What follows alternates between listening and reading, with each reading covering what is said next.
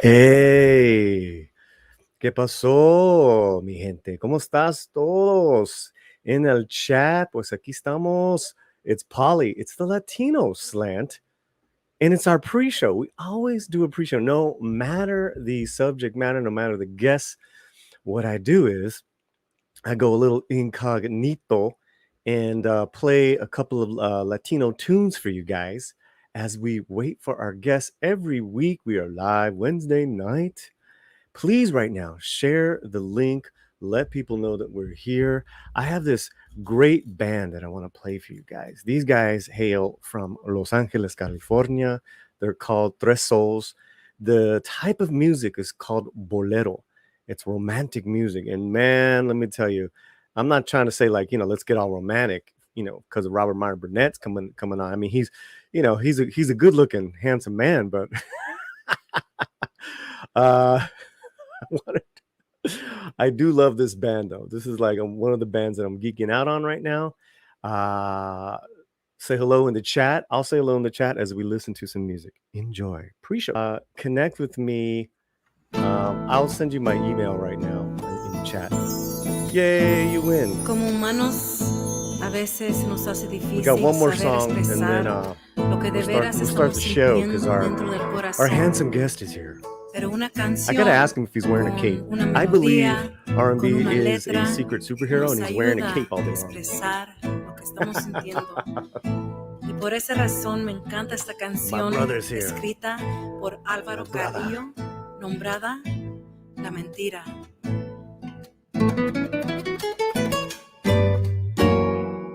Se te olvida que me quieres a pesar de lo que dices, pues llevamos en el alma cicatrices imposibles de borrar. Se te olvida que hasta puedo hacerte mal si me decido, pues tu amor lo tengo muy comprometido. Telling people in the chat, Pero a fuerza but Robert was going to really appreciate no it. será. We saw these guys at the Anson Ford Theater last month. Y hoy So resulta So beautiful. que no soy de la estatura de tu vida. Please share the link. A soñar Let people know we're here. We're going to have an hour of just geeking out fun. Que hay un pacto entre los dos. Por mi parte, te devuelvo tu promesa de adorarme. Ni siquiera sientas pena por dejarme. Que ese pacto no es con adiós.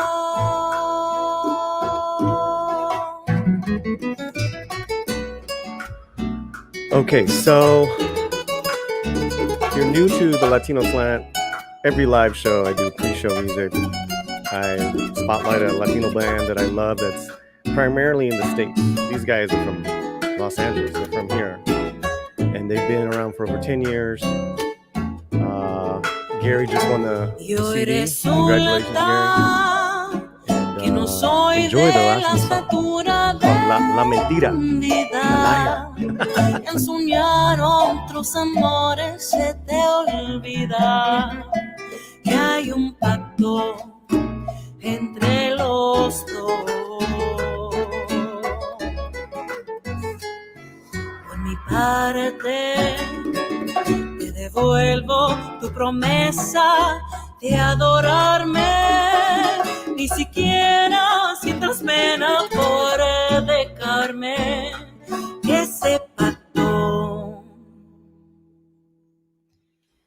no es con adiós. Beautiful. All right, let's do this.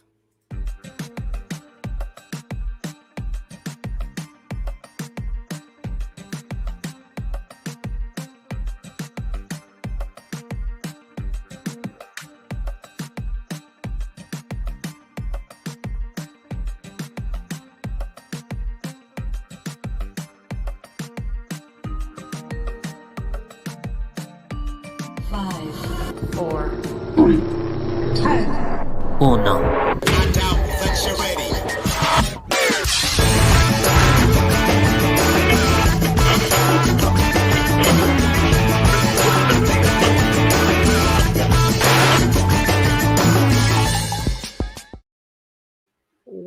Welcome. My name is Paulie. This is the Latino Slant, and it is another Wednesday night. That means we are live every Wednesday night, 6 p.m. Pacific, and you can catch a new video every day on the channel. New videos on all different types of subjects. You'd be surprised just what we cover. It's not what you think, and yet it is. So I'm so happy you guys are here. Please take the link, share it. We're going to have a fun hour coming up.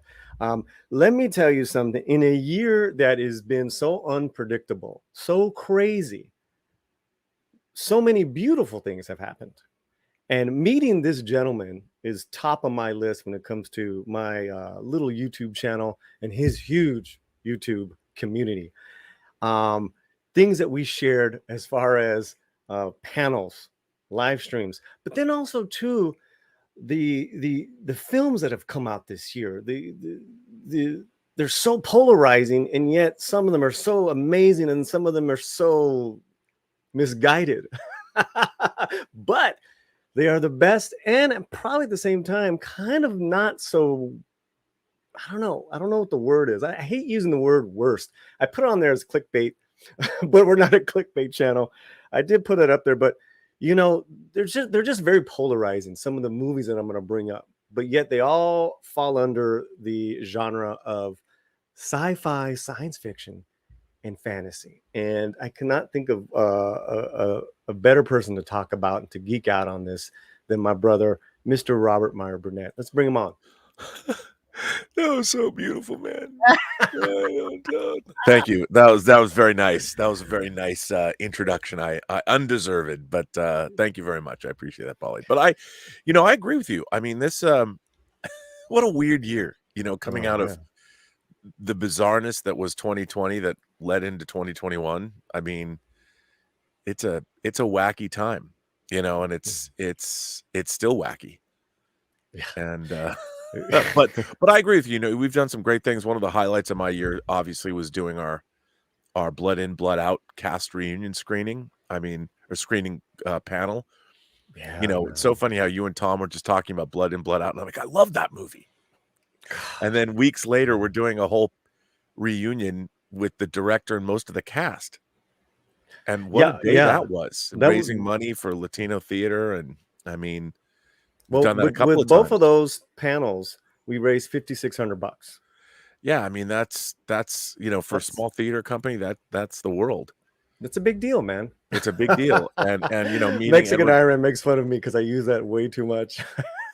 But also meeting Edward James Olmos and the cast of Stand and Deliver. That was another what a great thing we did. I mean, how cool is that? It was really cool. I mean, it was really cool. I mean, talking to Ben Bratt, Eddie Olmos, and they were all so cool. So cool. Like and Lou Diamond Phillips. I can text him right now. What was really cool about that is one of the great things I think that came out of the pandemic was this idea that you can, people that you might have thought were inaccessible were willing to come and talk about things. Right. And just celebrate. What I loved about it was sort of an antidote.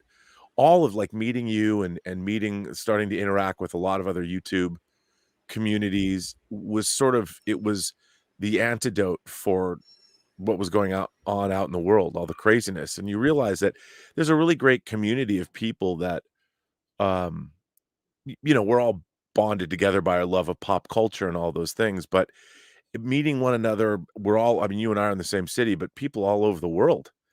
And it's been great. I mean, I would be on streams with like talking about action figures with Justin, who's in Australia, and Az, who's in Yorkshire in the UK. And I'm here in California, and literally the entire globe on the other, it's just nuts. It's been great. I love Hot Toys. What's a Fully Articulate, or what's the name of your show with him? So yeah, it's he does Hot Toys, and then I do Fully Articulated. It was so funny because we did a series of episodes reviewing the TV series The Prisoner. We both love The Prisoner. I had met Az, and there's 17 episodes, and we did a introductory episode. So we did 18 reviews over the course of like 18 weeks. And at the end, Az suggested, he said, we both, he collects toys, and he goes, we should just do one show about action figures. I'm like, that'd be cool. Well, so we've done 46 toy episodes. I love those streams. I mean, I like Az, I in that element. Yeah. I don't know the man personally. I'm just saying, like, I don't know, I just love it when you guys talk about toys. Well, it's it's funny because it's inherently positive. It's and I think what's really interesting is I've collected action figures literally my whole life. And when I was younger, I played with action figures like all of us did, but like I would make up day-long stories. Like it would take me all day to play out the story that was in my mind. And whatever it was, I would have to go through my whole house and set up all that. Like if it was a Star Wars story, I would have like the Death Star playset for the Star Wars figures on the other side of the house, and that's where I was trying to get to. But then I'd have all these different planets that I had to land on first, I guess like a video game, but it was a story. So I'd leave figures. I'm gonna like meet these characters here, and I would make up what they were. So by the time I got there, I knew who these people were going to be and what the battle was going to be. And, it was, so I always collected action figures because they were, to me, they just represented stories. They were characters other people had created that I could then carry on my own stories with. So I think that's why I was always attracted to action figures. And now, of course, we have the best action figures that have ever been made. So what's not to love? It's such a weird thing. I'm so envious. I love that stream. And I did watch a little bit today. But I do want to say that, when I was playing, because I was an only child. Right. So, I mean, I would make productions. Yeah.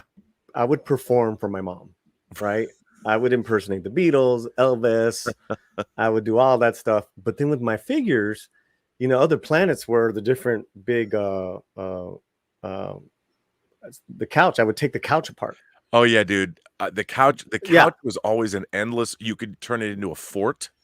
Like it could be a place a ship could fly into and land, because you could take the cushions up and maybe suspend them like this, or do something. You put a chair next to it and you put on top. I mean, there's just, or like, if it was a different color, then it was always like another, like you said, another part of the house. Yeah, and if you took a couch and then you had a chair and you flipped it up and you put the chair upside down, you had so that they would it'd be like a landing platform. Cool. Yeah, the bottom of the chair. Yeah, I mean, it would just be like and it was like the sticking up parts. There'd be a door, there'd be and the thing would come, down and land. Well, and I would mix my toys, right? It was never just Star Wars. It was the Shogun Warriors that I had, and the GI Joes. I just would tear them up. Yeah, see, I was really about condition, keeping the toys in good shape, but I like to me 12-inch. I had to keep the scale correct, but it was like my sister had Barbies, and like when they made GI Joes, when I was a little kid in the 70s, they had 12-inch GI Joe figures with real cloth clothes, and they were awesome. But the thing about GI Joe figures is they never made anything like for civilian time. It was like the adventure team, you'd have helicopters and the mobile support vehicle. But sometimes I would commandeer, like my sister had this Barbie dream house. It was this 4-story like vacuum thing. It had an elevator and she had a pink. I remember the elevator was a big deal. Yeah, and she had the elevator was a big deal. It was a big deal. But I could like have, so like G.I. Joe went home to like chill out in his pad, and then villains could storm the building. Die Hard had come out so I didn't know, like, it's gonna be like Die Hard. And then my sister had like the pink Barbie Corvette, and so you'd have some car chase and GI Joes in the Corvette. Just like, and it was great. And I think the same. I mean, now the action figures are so sophisticated. I mean, we just put them up and pose them, but to me they still represent. They're still like movie figures, like Hot Toys figures represent not just the movie itself, but the actors, the costume designers, the director, the cinematographer. So a great action figure to me symbolizes what I love, which is movie making. So that's why I see them as something that is inspirational.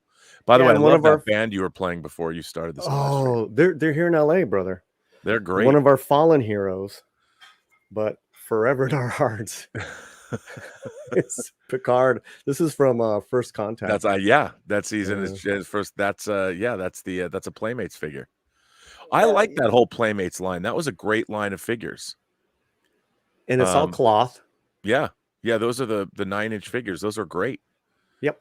I still have a lot of those. Those are really, really. Playmates did a really good job, with that line. They did a lot of classic figures. They did great stuff. They did the Mirror Universe figures from the original series. Well, I like what you said too, because it was, that's Patrick Stewart, right? It's Halle Gerlich, it's Picard, it's Professor X. But I mean, like nowadays, like you could see, like I have Shuri from Wakanda, right here. I mean, the throne of so here's the throne of Wakanda. Here's Shuri, cool. And so like Hot Toys just made that throne. Like I love action figure chairs, but like they just made that throne, so that's all they put out. Something, and they've got you to pay $100 for a plastic throne that probably costs $10 and $5 to make, but it doesn't matter. And they got the 7 Samurai over here, and Jimbo, and it's and then it's I don't know, the figures are.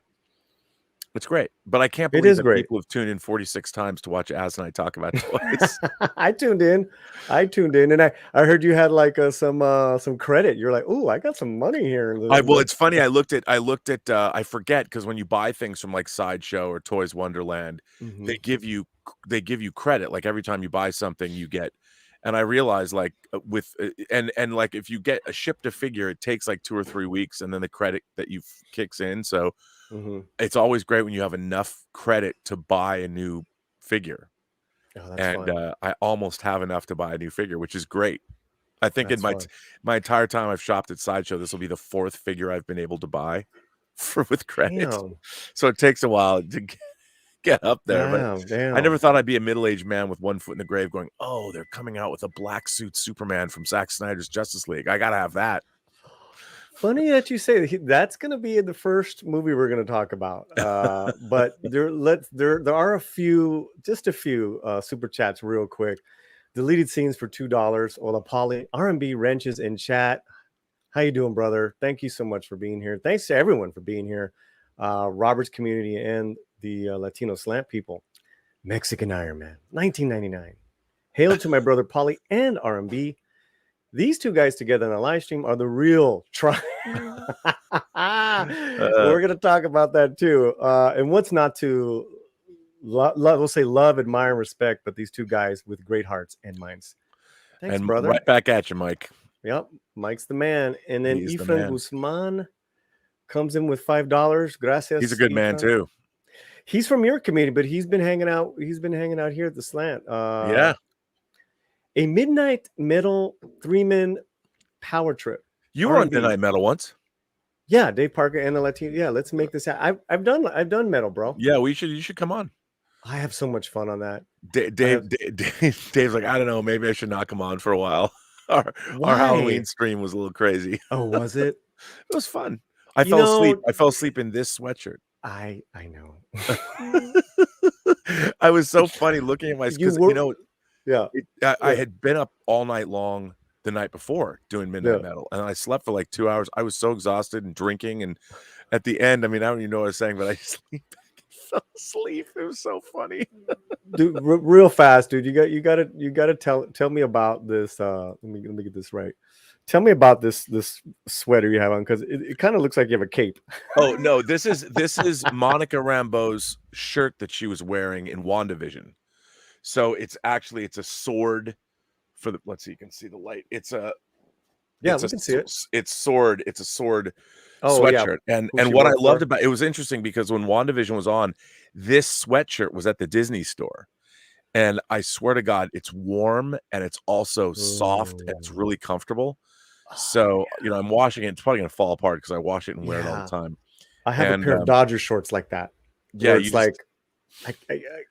when am I not wearing them? It's the Disney stuff. And first of all, I do like this because in the 80s, Monica Rambeau was the first. Well, she was not the first, but she was the first female Captain Marvel. And she had the big black fro. She had the and then beautiful fro, beautiful body. Yeah, and then she had the black and white suit, which I always loved. I always loved her. Why can't we have that, bro? I think they're going to give it to us, eventually. Really? Yeah, I think That'd be hot. and yeah, it would be it'd be great. I was listening to there's a Colin Kaepernick TV series on Amazon. It's on Amazon. And I was listening to the kid who plays young Colin Kaepernick on it, and he was going on about Kaepernick's fro. And he said when he went to the premiere, when he went to the premiere, he said, I was like 2/3 of the way toward Kaepernick fro. Like, all right. And I thought that was I'm a white dude. I can't grow a fro. You'd have to. No. Yeah. It's but you have a nice coif. Yeah, Kaepernick's though. I gotta give it up. Because, I always like when you're, again, growing up in the 70s, like you'd watch something like Welcome Back, Kotter or something, and there was always somebody who had a great fro, and I always admired that. I'm like, man, I'd love to have. Was Gabe Kaplan had a fro? Jewish? Yeah, I think he was. So they call that, we would call it the Jew fro. The Jew fro. Because a lot of Jewish people, a lot of Jewish dudes I grew up with had Jew fros. They had Jew fros. Yep, me too. Dude, West LA, like, we all had. That was such a fun, and then there was time, who played Washington. Mr. Carter. He had a great fro too. I want to say Herbert Washington. I keep thinking Herbert Jefferson Jr., but that's Boomer on the original Battlestar Galactica. Let's get the cast going there. Maybe Pat S. or Clobberin Times, because Clobberin, he's around our age. That was a great cast. I love Welcome Back, Kotter. Welcome back. Vinny Barbarino. Yeah. What? I mean, you think about that. That's where John Travolta got his start, is Vinny Barbarino. I mean, pre Saturday Night Fever, pre Grease. Well, that was a character's name, Freddie Washington. Was that his name? Okay, that's what I'm thinking. His character. Or was the actor? Oh, here we go. Lawrence Hilton Jacobs. That was his name. What a great name. Well, it's a great name. Lawrence Hilton Jacobs. That's it. I love that guy. And wasn't Kaplan's wife always kind of hot? Yeah. Oh yeah. But she was 70s. She was the first nerdy hot chick. She always had the glasses on, and she was smoking hot. Yeah. She had something going on, bro. But back then it was her, Linda Ronstadt. Yeah. Oh yeah. Carole King, Phoebe Snow. Because my mom had all those records, bro. And all the records had the chicks on the cover. Yeah, and there was like shadowy in front of a window or something. Silhouettes of their bodies. It was always like in a white or blue, like powder blue negligee or something with the lights shining through. Yeah, this might be another different stream, everyone, but we'll just go with it. But it was all music. It was all great music. It was all and that was when I was a kid. I listened to. At first, there was a radio station in Seattle, KJR. KJR, it was an AM radio station. KJR, Seattle, Channel 95. And they played a lot of album-oriented rock, singer-songwriter rock. She came riding round the mountain on a pony she named Wildfire. I'd listen because they were all like story songs. Yep. And they would tell these like sticks, come sail away. We climbed aboard the starship and headed for the stars. I'm like, yeah, it's a space song. I love that. But I remember I loved all that stuff. I love those album-oriented rock. Yep. For me was Jackson Brown for sure. Because you would listen to the whole album. Absolutely. Absolutely. Yeah, man. And then my dad was always like, Jimi Hendrix. Yeah. He's a Jimmy man. Jimmy, then Prince, then Lenny Kravitz. That was my dad. That's he just he's like, hey, there's the same music, it's like different decade. Yeah. No, I was a huge Juan Epstein. D Bud Martin says I like Juan Epstein was great. I love those. I like Puerto Rican Jew. Hey, I got a note from my mom. What's really funny? I mean, you talk about when people talk about things like now buzzwords like diversity and representation, but Welcome Back, Kotter was that in the 70s. We almost should do a freaking. We should do like a friggin' 70s retro review, because Welcome Back, Kotter was just. Oh, I mean, it was a lot of those shows, and those sitcoms of the 70s, they were good. And what I liked about them, unlike today, is that, Mr. Cotter was sort of the voice of reason. And now if they made the show, he would be the idiot. The teacher would be the idiot and all the kids would know better than him. There's been a weird flip. I always blame the Simpsons. As soon as Bart Simpson came on the scene, I'm sure Bless somebody you. could Bart Simpson comes on the scene, and then Yeah. suddenly his parents are dolts, and he's like the smartest. Yeah, man, whatever. Yeah. But I Yeah, I like think. Yeah. I like sitcoms. Like, I remember, the Partridge Family, and they had like Mhm. Mrs. Partridge was a single mom, but then there was like Reuben Kincaid, the band manager that would manage the Partridge Family. Oh yeah, and he always had those like he always had like the real light mustache, Yeah, and then he had like funky outfits. yeah, totally. Yeah, Yeah, and he and had a I band. mean, and they had, and there was something. I mean, there was something about. Mhm. I've been watching a lot of clips of Columbo on YouTube. Columbo's When great. Columbo, and they always have the clip when he busts people. Yeah. I watched a really great one. It was I forget the name of the actress, but she was like, I don't even know what the episode's about. I just watched the scenes where Columbo drops dime, or not drops dime, but drops the hammer down on these people, and he explains how he catches them. And I just love that. I love Columbo. Yeah, But Columbo. People are going off right now. WKRP in Cincinnati. that was a good show. 8 is Enough. 8 is Enough man. always tackled like Heavy issues. But I loved 8 is Enough. Dick Van Patten is the patriarch of the. he was a great dad.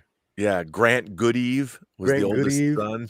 And remember, they took in Ralph Macchio. Yeah, Ralph Macchio became huge. that's right. He was huge. That's He took how in we the got Karate Daniel. Kid. That's how we got. Yeah. Give him a No, I mean body bag. those are those. I mean, I'm not. I I think that we're living through a golden age of television now. Do you Katina really? Martin says the Come on. Waltons. The Waltons was. I watched the Waltons, and John Boy. Good night, John Boy. And then remember Family with Christy McNichol. That was a Family. And then on the flip side of that was Soap. With Billy Crystal. With Billy Crystal, with Robert Guillaume. Yeah. Good Lord, that was hilarious. that show pushed the envelope. That was a pretty bawdy show. Jesus. I mean, Sanford and Son. All in the Family. Jeffersons. Oh yeah. I mean, you couldn't even put All in the Family on TV today. You can't do those. People would freak out. You can't. I mean, yeah. In a way, what's interesting is we have a lot of we have some great TV. I mean, we are going through a golden age. About the last 20 years has been a golden age of TV shows and things like that. But we still can't touch issues. I mean, for those of you who've never seen All in the Family was about the Bunkers. And Archie Bunker was a horrible racist pig. And yet, and then his daughter played by Sally Struthers, and she had Rob Reiner, the director, was who used to be an actor who made like Spinal Tap, When Harry Met Sally, and A Few Good Men, and Misery, and Stand Marty By Me. DeBurgi. Yeah, Marty DeBurgi and Spinal Tap. He plays the really ultra liberal college, leftist, and he butts heads frequently with. And Archie Bunker just said some completely shocking things that if you heard on, and it was on network television. Yep, CBS. Yep. And then you had wasn't like show. The Jeffersons a spinoff? The Jeffersons was a spinoff of All the Family, wasn't it? Yep. Yeah, that was the black, but it was different. Jeffersons was a black family. And moving on up. I mean, just that alone would be problematic now. Yeah, even Sanford and Son. Dude, I have the DVDs. I have the DVDs, bro. Well, you must. Know what? I mean, that was must be such the a Latino fanatic slant. about Sanford and Son. Sorry, I'm gonna go real fast. Yeah. Like in my senior year, for in our theater class, we reacted one of the scenes out. We were playing black guys, dude. Oh man, was just classic. And then there's like Freddie Prinze Jr. Chico and the Man. Chico and the Man. Chico and the Man. Could you do Chico and the Man today? Hell no. With what's his name? What was the act? What was the old? What was his name? Jack Albert. Yeah, right. and That's he right. was in Jack Albert. Charlie and the Chocolate Factory. Yeah. Yes, Grandpa he was. Joe. He was Grandpa Joe. Yeah, yeah. God, he was great. Yeah, I mean, See, it's all these bind us together. They all bind us together, bro. yeah. Everything we just talked about, right? You're from Seattle. I'm from LA, East and West sides. Well, It's like, and we all watched the same stuff because there was yeah. only 3 networks, you know, so everybody had that collective experience of watching those shows, Mhm. you know. And Monkey Jeebus says Gentle Ben and And Flipper. Flipper. That was was a kind of little like earlier. That yeah, was that was earlier. mid late 60s, Yeah, but I yeah. still watched those when I was growing up, these and Gomer Power, like heavy MASH, they were heavy not MASH, Hogan's Heroes, heavy Yep. repeats. Heavy Yeah, repeats. they were like syndicated. They were on after school too. You know, you come home Dude, from school and yeah. there'd be like a 3-hour block of sitcoms. Yeah, man. Yeah. I mean, God, so great. And Yeah. that's we were able to be latchkey kids because we had all this we had really good entertainment to help Yeah. us grow up, you know? And you know, it's such a funny thing. I mean, I would ride my bike or skateboard to school or walk home. And so, you know, when you'd walk home usually with friends or something. You'd have like, you know, the conversations you had when you were kids. But there was no like when I grew up in a pretty nice place, but you know, we had our lives. Like you'd leave the house and your mom would be just come back at dinner. But what you had to do when you were a kid was you learned how to like politic with your friends. Like you had to like if you were going to go do something, you had to like you get together like 3 or 4 of you, you had to decide what to do, and if somebody didn't really want to do that, you had to kind of go along with the group and learn how to kind of get along with people. And I think it was a skill that has kind of been lost. You know, I think you hear a lot about how much anxiety there is now with people looking at Instagram and being cyberbullied or all that. But when we were kids, you know, because you were going to be friends and you're always hanging out together, you had to learn how to get along. And it wasn't something that anyone taught you. You had to navigate those waters yourself with your friends. I mean, my best friends were Jewish, white. Yeah. I mean, like, and you know, the music that we grew up, you know, we shared each other's music, you know, from U2 to REM to I'd go over and listen to Pink Floyd at my friend Mark Elfendahl's house and play pool for like hours, and he would give me like dissertation. He's like, okay, this album's Uma Guma, you know, and he'd give me some dissertation. He's like, you know, 11 telling me about Pink Floyd. This is Animals. Okay. I went over to Bobby Yamaguchi's house and played Atari for the first time because the Yamaguchis were rich. They own restaurants in West LA. Like I know a nice house. Man, Atari 2600, dude. I would be gone for hours, and like one time, Robert, my parents thought I was kidnapped. I shit you not, they thought I was kidnapped, and I was at Bobby's house and I called my mom and she's like, you better call your father. Because, you know, we didn't, you better call your father. We were going crazy. So I called my dad and I was like, Dad, and I was like, what are you doing? Are you calling me for a ransom, son? No, he's crying.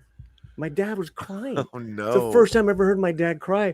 And I'm like, oh no, I was at Bobby's house. So we're just playing games. I was But you know, that one always got me because that was the first time I ever heard my dad cry. I've seen him cry afterwards, and you were the one that made him cry. You should still feel guilty about that, man. Come on. Yeah, man. But it was Bobby Yamaguchi, man. That guy had the setup. I had the kid that in my life who had that was Jimmy Fiddler. Jimmy Fiddler's dad was like the first guy who had a VCR. Yeah. And then his dad somehow got a bootleg videotape of Star Wars. And it was terrible. You could barely see it, but you could see enough. And we would go to his house every day after school and watch it. I must have seen that horrible bootleg of Star Wars 100 times, literally 100 times. See, so you know, growing up in Santa Monica, like, you know, we were hung out also too just with a lot of film people. And one of the kids' dads was an editor. Oh, right. So, you know, he sat us down, like this is like 2 years after Back to the Future came out, and like gave us his thesis on Back to the Future before he put the VHS in. Like, we just want to watch it, man, you know? But he was like, you got to understand, this is about the father and the son. And, you know, going back in time, it's much more than just a sci-fi. You know, it was beautiful. I remember it's a beautiful speech. It was a beautiful speech. I would have said I would have been like, yeah, you know, you could have slept with your mom. No one would have known. Oh, Your mom was a little hottie. Oh, Come on, man. She was gorgeous. Midnight's Edge After Dark, $5. Love you both. Love you, Tom. I was streaming with them today. We had a great stream, Andre and Tom. I heard a little bit. It was good. I heard it was a really good talk. And then I got a membership for several months. Mexican Iron Man coming this fall. Midnight's Edge, Clockwork Orange Theater presents Paulie and Culture Casino. Watch Picard season live reactions produced by me. Stay tuned. Oh my God. Are you doing that? I kind of promised because I've never seen an episode of Picard. Oh, I don't want to see it. Now you have to watch it. No, I would kind of promise this, and I want to call it Suffering Picard. Yeah, it's not good. It's not uplifting. You know, it's funny because it should be an uplifting show, and it's not.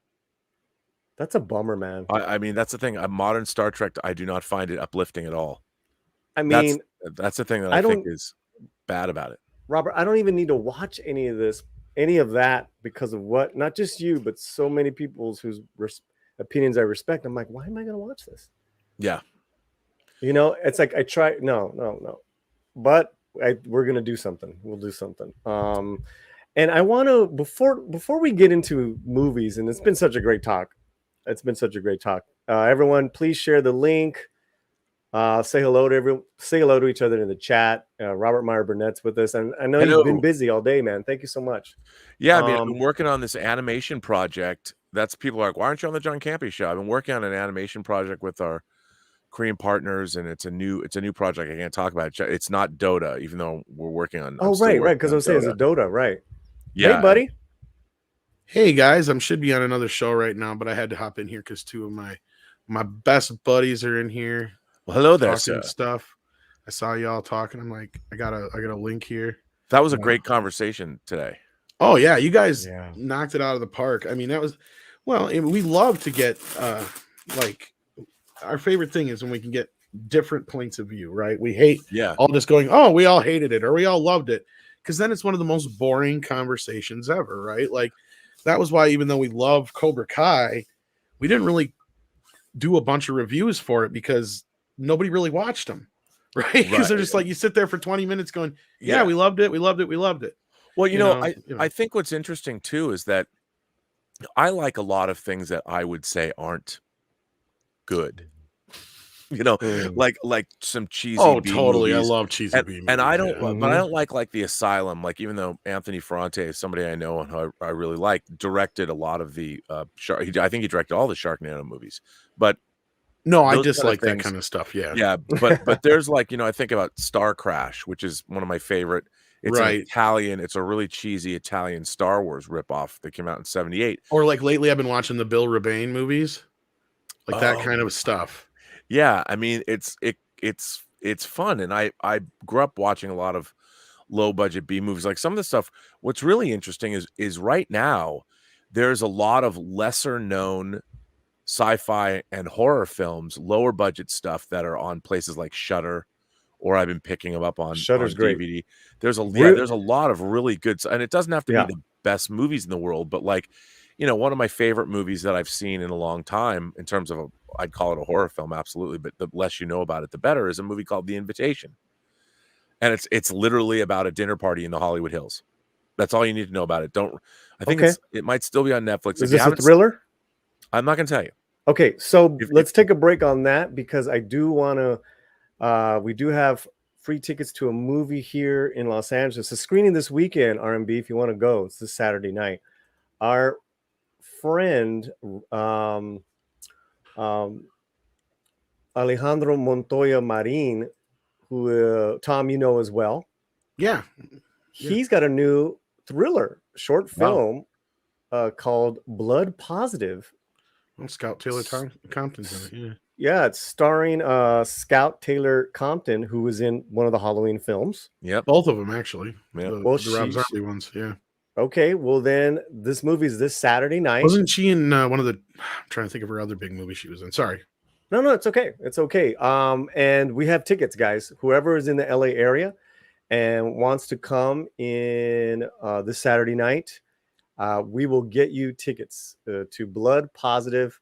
And that's really it. We really want to, like Robert said, finding these independent gems. I've seen Alejandro's 2 other films, his feature films. He was produced by Robert Rodriguez, and now he's he's in the business. This is something he shot because he was bored during the pandemic, and from what I hear, it's pretty good. It's a thriller. It's a short film, and let's one of my wrenches can put the email latinoslant@gmail.com. Whoever wants to go, email me and we'll get you in there. Sort of like what we did with Tango Shalom. Tango Shalom. Which, by the way, which crazily enough is still in theaters. And still in theaters. It's still in theaters, but it's available now. PG or PG-13? It's PG-13, and rated it's available PG-13. Yeah, it's now on all VOD platforms, and it's on Amazon, and which is DVD. Something else. I can't believe that it's still in theaters. We got tweeted out by UNESCO, the Education Department of the United Nations. I told you it was going to do well. It's doing well. I mean, for what it is, it was a very low budget movie. I mean, not as low budget as some, but I like to say it. Well, what did I tell you? It costs more than El Mariachi, but less than Titanic. Well, what did I tell you though? It's gonna hit with that like big fat Greek wedding type crowd, right? Like, yeah. Maybe it won't do as big as that, but I knew it was gonna find its audience. It's really interesting. Money. Yeah, right? People. Well, it was. This is going to seem strange, but our goal for a theatrical release, we wanted to make. This will seem strange, $100,000. People are like, wait, what? Okay, $100,000. But because we didn't have any budget to advertise the movie, so we it was all word of mouth, and it would open in like 2 theaters or 4 theaters, and it's playing at 1 or 2. It's always been playing at like 1 or 2 theaters, and if you think about that, making $100,000 takes a long time, and for us, that's a huge deal. And to still be in theaters, and we've gotten a lot of good reviews. It's been really interesting though, because there are people that you would think would be advocates of the movie that aren't. I mean, people either like it, they get what we're trying to do, or they hate it. They think this is so cheesy, and it's I can't wait to see it still. Borscht Belt comedy. I mean, it is. I'm proud of it. I'm proud of. And thanks, by the way, Paulie, you went and saw it. Thanks for going to see it. It's not exactly the movie that you have opportunities rise, and then you take them. And right now I'm working on another film that Gabe directed. It's diametrically opposed. Really quick, Robert. Your film is on VOD, DVD, October 29th.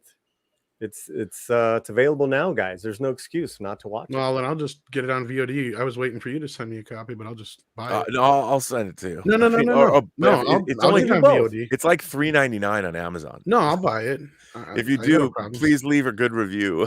What we did was that we had Rob had sent us free tickets and really appreciated it, but my mom's knee wasn't doing well. It was kind of a hike to go to the valley. So we paid for 2 tickets at the Landmark in West LA, and it looked good there. It looked good. I was surprised. She loved it. Older people love it. Yeah. It's What about a Blu-ray release anytime soon? Unfortunately, our distributor doesn't do Blu-ray or 4K. So what I'm thinking about doing is I was going to crowdfund it. Or on demand, or I was going to see if I could crowdfund the disc, and because I looked into it, all I need to do, I mean, I did master the movie in 4K, so I could throw it onto a Blu-ray disc. Yeah. But what I wanted to do was I wanted to do it in Dolby Vision, and I did shoot a documentary for it. I interviewed all the actors, and I went when I was in New York. And I'd love to do something with that footage. Well, and there's software out there that works really well, and you can do your own menus and all that stuff now. Oh yeah, no, I totally would. It's just a question of replication, and I'd have to do, if I did a 4K version in Dolby Vision. What was really cool? This is so weird. I had never been given the music from the movie because it was being composed. The film had already gone to our sound designer. So I got early versions of the music to cut in, and we actually submitted the movie to the Golden Globes and the Oscars. And so I had to submit all the music. So I called our composer and I said, "Hey man, can I get all the music tracks?" And he sent them to me. And I had forgotten because for a little well, the music, as a matter of fact, I should send you a piece of music to play, because when I was listening to it, the music was recorded. Zoe, who one half of the group that did the music, she's a famous tango musician, for real.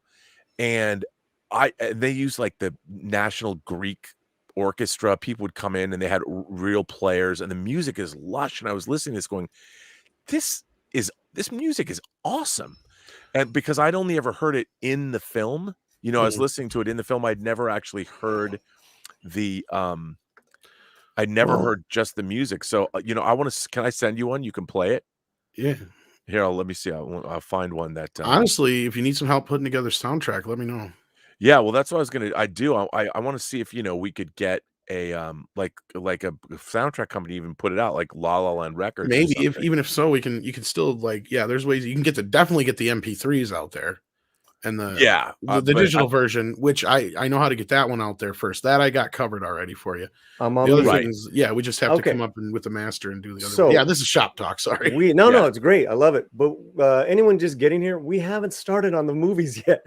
No, which is great. We've just been geeking out on other awesome stuff, as well as Tango Shalom, and I actually only got like 5 minutes because I got to jump over to that the physical media show here soon. Well, you don't have to, but whatever. Okay.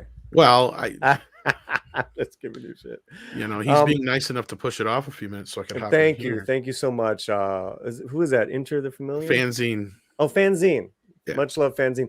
I wanted to say hello to a couple people in the chat before. Stick around for one of the movies if you can, Tom. I'll try to do my best here. Yeah. Okay. Let's say hello to Rogue Disney. I want to say hello to Rogue Disney. He's a good dude. Also, we have a new member to the channel, Brandon, the anime guy. Thank you, Brandon. Thank you so much for becoming a member of the channel. You're now a Slantino. You're actually a soldado, which is a soldier here, Slantino Nation. Steph, the altar nerd. Hey, up everyone. How you doing, Steph? Great to see you here. Her channel, guys, has been blowing up, and congratulations on all your success. The great Pat S, and I believe T-shirt historian. Yes, who's another fine member of the channel. ¿Qué pasó? Good to see you guys. Okay. So, movies now, more than ever, sci-fi movies. I'm gonna throw one at you guys because I think there's been from this year. Yeah, I think there's been some great movies definitely that have caused a lot of discussion. Well, most recently, Let's go back to early this year, and I think this movie on a lot of different levels was a feat. What I'd love to do, I'm just gonna show the image. Let's get. Is it a guessing game? Well, no. It's just I just want no. Do I win a prize? Because we're just talking about what a crazy year this has been, right? Yeah. Even like going back to the theater was like a thing. Was like a thing. I remember Robert's first going back to the theater was what? Army of the Dead. Army of the Dead. Sorry. Yeah, and I really didn't like it at all. No. I was so disappointed. Yeah. Yeah, nobody. That's a good one. Nobody's a good one. So this happened, and this was a feat on a lot of different levels. And very polarizing.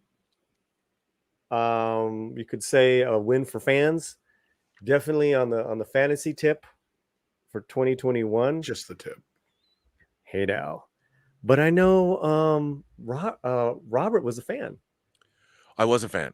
It's funny. The other night, like we were leaving, and sometimes I just put the TV on so the dogs have something playing, and I put on Zack Snyder's Justice League. And when we came back, it was the scene where Steppenwolf was talking to Desaad, and then Darkseid comes in, and it's this long expository conversation that in any other movie, and I sat down. I'm like, this is awesome. Like, I'm just watching Steppenwolf talk to, and Desaad is like dripping molten. It's just it's. I love. And I was like, man, I really love this. Because it I know it's 4 hours long. And there's lots of operatic slow motion shots, but for whatever reason, to me, there's no other superhero movie like it. And when I was a kid, I love the Justice League. My mom every month would find me the Justice League comics on the spindle rack and bring them home. And I have to say, like, I hated the Justice League. I hated it. I wanted to see a Justice League movie my whole life. And when I went and saw it, I couldn't. From the opening shot of Henry Cavill's weird, distorted face, I hated everything about it. Just hated it. I mean, I like the characters. I like the actors playing the characters. But, I'm a huge Cyborg fan because he was to me, the Cyborg will always be a Teen Titans character because he was introduced in the comics as a member of the Teen Titans, Vic Stone. But I loved it. I loved Zack Snyder's Justice League. And whenever I put it on, I find it mesmerizing. Because it's like when you listen to a 70s prog rock record, like a Yes album or something, like Yes songs or Close to the Edge, whatever. You'd stare at the cover, whatever some cool painting was, or like I said, I was saying the whole reason I do Midnight Metal is because I said Zack Snyder's Justice League looks so effing metal. It looked like that Molly Hatchet album cover with the Death Dealer, and it is like that. And I find myself just, what I love is that it's on HBO Max. So I'll just pop it on and zip through it and find a scene and just watch a scene. Just because it's like the Justice League movie I always wanted, but never got. And I loved it, and I think that there was all this build up to it, but now that it's out, like, when you first see a movie you're excited about, you don't, sometimes you have so much anticipation. It isn't until the second or third time that you can actually enjoy it for what it is. And, you lean back and now I can just kind of let it wash over me. There's no expectation. I've already seen it. So I can just really enjoy it. And I find that there's lots of scenes that I just like to watch. It's hard. It's a commitment. You can't find 4 hours to watch the whole thing, but it's broken up into sections. And man, I loved all the extra Cyborg stuff in it, and I loved Zack Snyder's Justice League. Yeah, I bought the 4K from Europe before it was released here. The 4K is incredible. It's incredible. Really? Ooh, it's tasty. Tom. I wasn't as big of a fan of the entire DC universe as a whole. Right. So as far as like Justice League version of it, I like the score. I thought Superman was a little bit more Superman-y in the other version, but other than that, it's trash.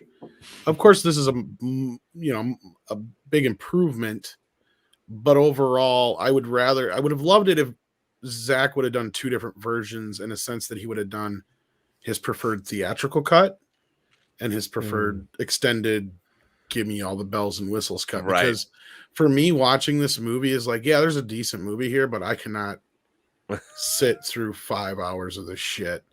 Like, I'm sorry, just taking 10 years to go down a fucking hallway. I mean, I loved it. And at the same time, there's still a lot of it is this the same movie, right? Like, because if you watch, I'll go out there, people have done like YouTube comparisons where they'll show you like all Zach really did was extend, or Joss in this case, I guess, cut down the scenes, and it's just little bits and pieces here and there, and it's all this tightening up. But it's then like, he did reshoot a bunch of stuff. There is stuff, yes. And then, but I mean, all the new scenes are just interminable. Yeah, like no, for the most part, yeah. Outside of the Superman stuff, because I just feel like in that rendition they captured a little bit more of the fun of Superman. In this version, he shows up, he kicks somebody, it's over. I mean, like, it really still, I'm like, Zach, that's the one area he failed completely with me on, was like, you needed to give me a reason why you did all this stuff with Superman leading up to this. And if really all it was to have him show up in a black outfit and kick somebody, big deal. I mean, like, to me, it just, I mean, I get it. He's getting the Justice League together in a way. It's kind of a thing, but we already kind of saw that in BBS, and it just, and even that's not a very good movie either. That's my other problem. So even the director's cut of that, no, I was never a big fan of these, but as an accomplishment to having it as something as an also because or whatever happened with the fans, it's a clear victory for the fans, and I would never wish for it to go away. I would never wish for it not to exist. I was always one rooting for it because I'm always one who's like, yeah, give me more versions of it. I don't care as long as the original exists still. Like Star Wars, unfortunately, is one of those prime examples where, you know, George won't let us have the originals, but at the same time, in most cases, even like Blade Runner and all these other movies where we get multiple cuts of it, Terminator 2 and so on like that, at least the originals are usually still available, so I don't have a problem with that. And I think if he would have done if Zach would have done like a theatrical edition, I probably would have liked it a little bit better, where it was just cut down just a little bit. I mean, what an absolute joy that this happened. Well, that's the thing that so is amazing, the best part of it. We can have our opinions, right? Which, you know, I kind of agree with a little bit of both of you guys, right? And I'm there too. I could put it on anytime, and I think it's going to get better and better with age. But man, the Snyderverse people, the DC people, oh my God, these guys are rabid, man, and they have channels just dedicated to one thing. Well, and it taught me to never say never about these kind of things. Yeah, sorry, Robert. Well, I was going to say I got so hammered. You know, I got really attacked because I was saying this is never going to happen, and you know, because there's economic and there's actual contractual realities about all this stuff, and the reason I was saying it's never going to happen is because there was no entity that was going to pay for it. And people are like, it's almost done. And even I said, no, they're going to put $50 to $100 million. No, you and I, you and I as a Midnight Edge, we said the same thing you did, Robert. Yeah, we were all saying the same thing. And it's only going to happen if all these things have to come into line, and all those things just happen to come into alignment. Yeah, I mean, I even said it was interesting when they announced that HBO Max was going to be a thing. I did a stream a year ago. I think it was or maybe it was in November of 2019. I think it's, now that I think about it, maybe it was 2019, where as soon as HBO was announced, I said, you know what? HBO Max could conceivably make this because they're looking for interesting programming. They've already certainly had the built-in fan thing. And, you know, people to this day still come after me. You didn't think the Snyder Cut was going to happen. But the thing about that is that's true. But information changes. And when HBO Max, then I was like, you know what? I even said, now it could happen because there's an entity. And if you think about it, they got it it wasn't that much money. If you break it into, they were going to do it as a 4-part episode. No, the movie's still it was very successful for them in the end. Yeah, and it was much more successful than the original launch of it. yeah. No, and it you know, they sold it on physical media, and I think that and people will be watching it forever on HBO Max. So and I think the sad part is HBO Max, by the way. Yeah, I do like all their content. Got it. They need to fix their interface. They need to fix their interface, but they have great content. But no, like I think the problem that we had, but the same thing with you, Robert, was people were cutting us out of context. And I actually took to task one of the individuals who did this. I said, you're leaving out important parts. You know, people like you and us over at Midnight Chat said the same thing. It's like, this is never going to happen unless, and they cut it off before we say unless. And then all the things that we say after that came to fruition, which actually makes us more right, which pissed me off because I asked the individual, I said, why'd you cut that out? And they didn't have an answer to that because I said, it's flat out because we said, you know, the leadership that there has to leave. It has to be, everybody has to be in a position where they don't give a shit how Joss Whedon's feelings are going to be hurt. You know, there's all these things that have to come into place for this to happen, and they did. And HBO Max was the platform to make that happen, and you rightfully saw that, just as many of us did, that this is now the opportunity, the time, the chance. And this is why I do feel like we're going to get an air cut. It's going to happen. We're going to get one by next year, probably. Yeah, maybe. I mean, I'm curious to see that too, because even the trailer for Suicide Squad, there were so many interesting things that were never in the movie in those trailers. That David says, you know, and he's a great filmmaker. He'll tweet about End of Watch and stuff. I'd love to see. Well, he said He said on Twitter really fast, like a month Tom, ago. Oh yeah, go ahead. Really fast, Tom. We have a new member of the channel, Darth Plato. Muchísimas gracias, Nice Darth. icon. Thank you so much. Darth Plato's been around. He's the man. Oh man, so cool. Mr. Tickle Trunk for 5 Canadian. Is that Canadian? Yes, $5 Canadian. 3 streams I want to watch are running right now, and I choose this one. Orale, Damn Paulie right, Mr. and Rob. Tickle Trunk. Hey, Tom. That. Smart choice. And you know what? How you doing? For becoming members and being awesome tips and all that stuff, let's play this one. Let's play a couple for you. Here you go.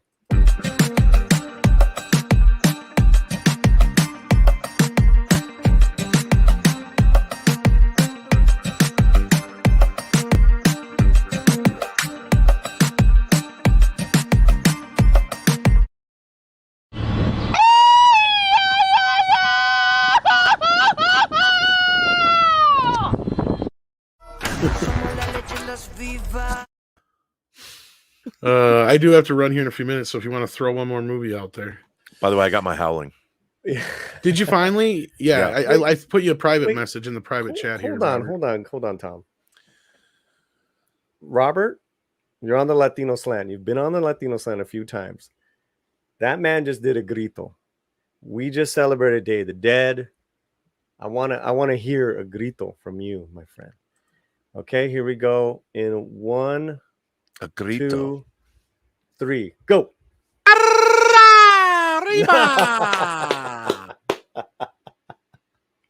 Beautiful. I love it. I love it, Matt. Was that good? That was That nice. was pretty good. That was pretty good. That had a lot of flavor, man. That had a lot of flavor. It's all about the soul. Man. Yeah, I can't do it. That's All about the soul. That was really good. Look, one day I want to learn how to serenade a woman and play the guitar in Spanish. Dude, how about that band I was playing? Dude, I love that band. I would love. You know to be why? as Why badass does as, all like Ricky Ricardo, man? Why does all great Latino music sound to me like sex?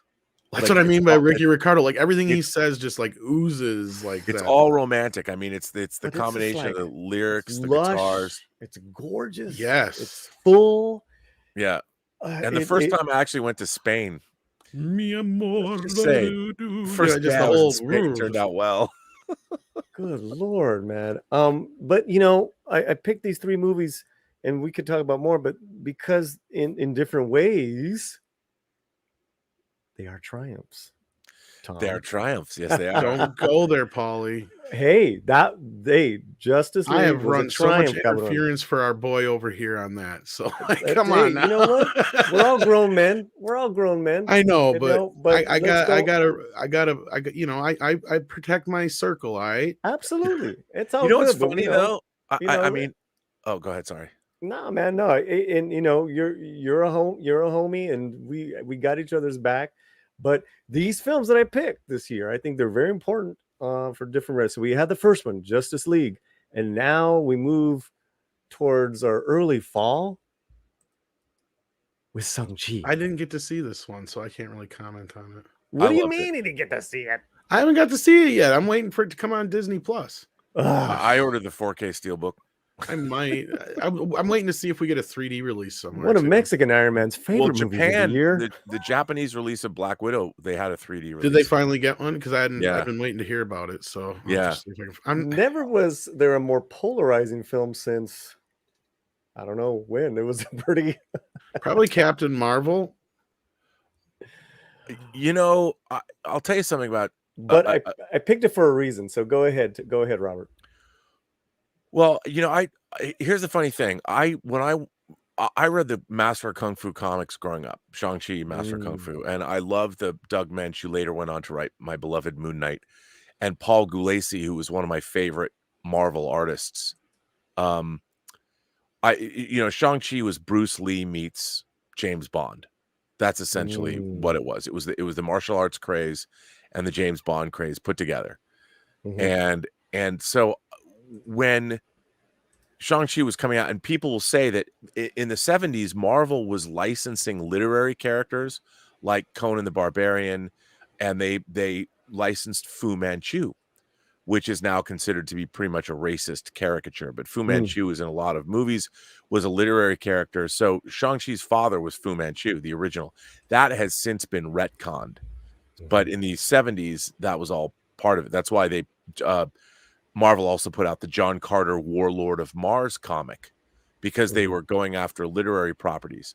So when I thought it was exciting that they were going to make a Shang-Chi movie.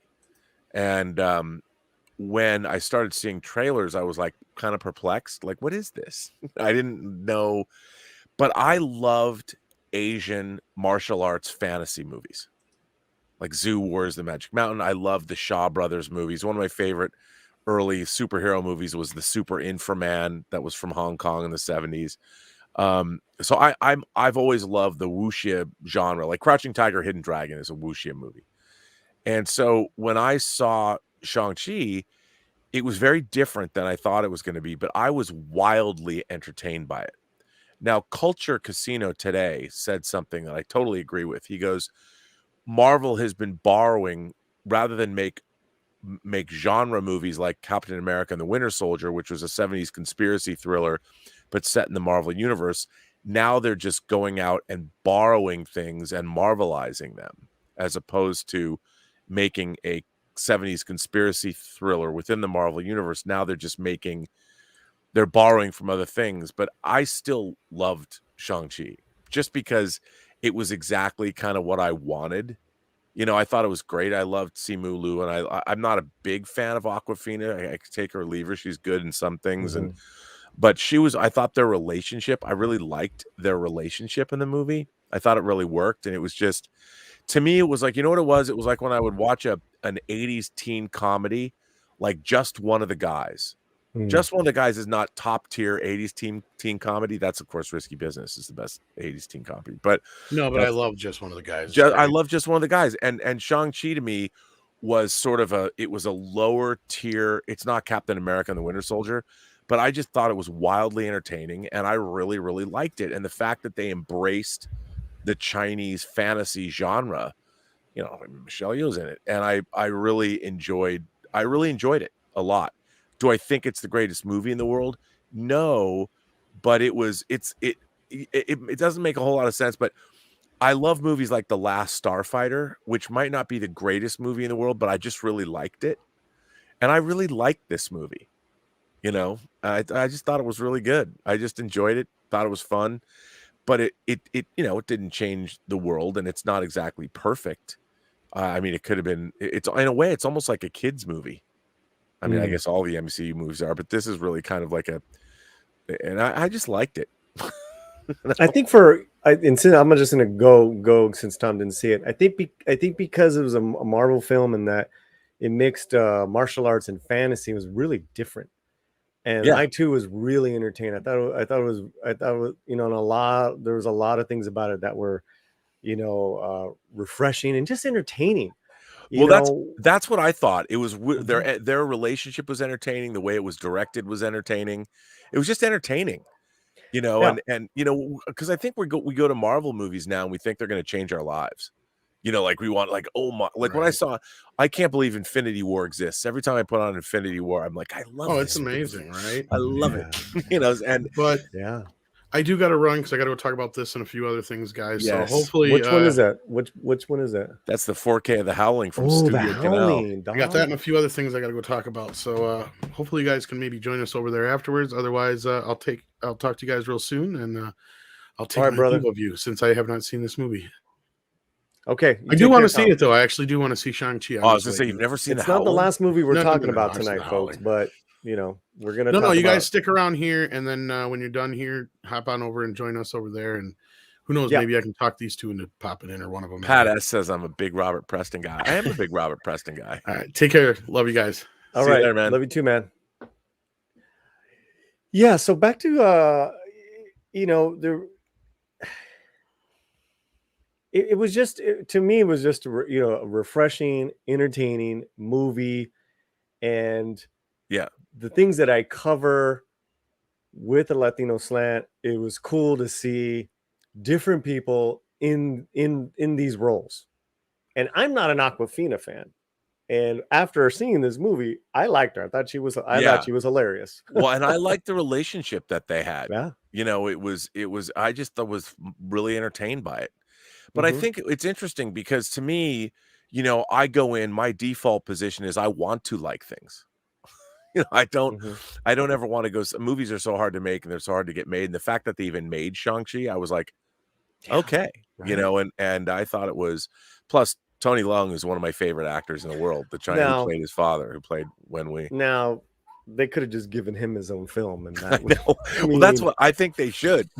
Well, they really showed a lot of him. Yeah. Which the father relationship. I mean, there was a lot to like about this film. There was a lot to like about it, but I think that it's what are people looking for the, like, for instance, I even found it's not great, but I even enjoyed Captain Marvel. I don't think Captain Marvel's a particularly great movie, but it was good. Really, I enjoyed it. I just think people expect, like, to me, I think about there's been the Eternals is the 26th Marvel Cinematic Universe film.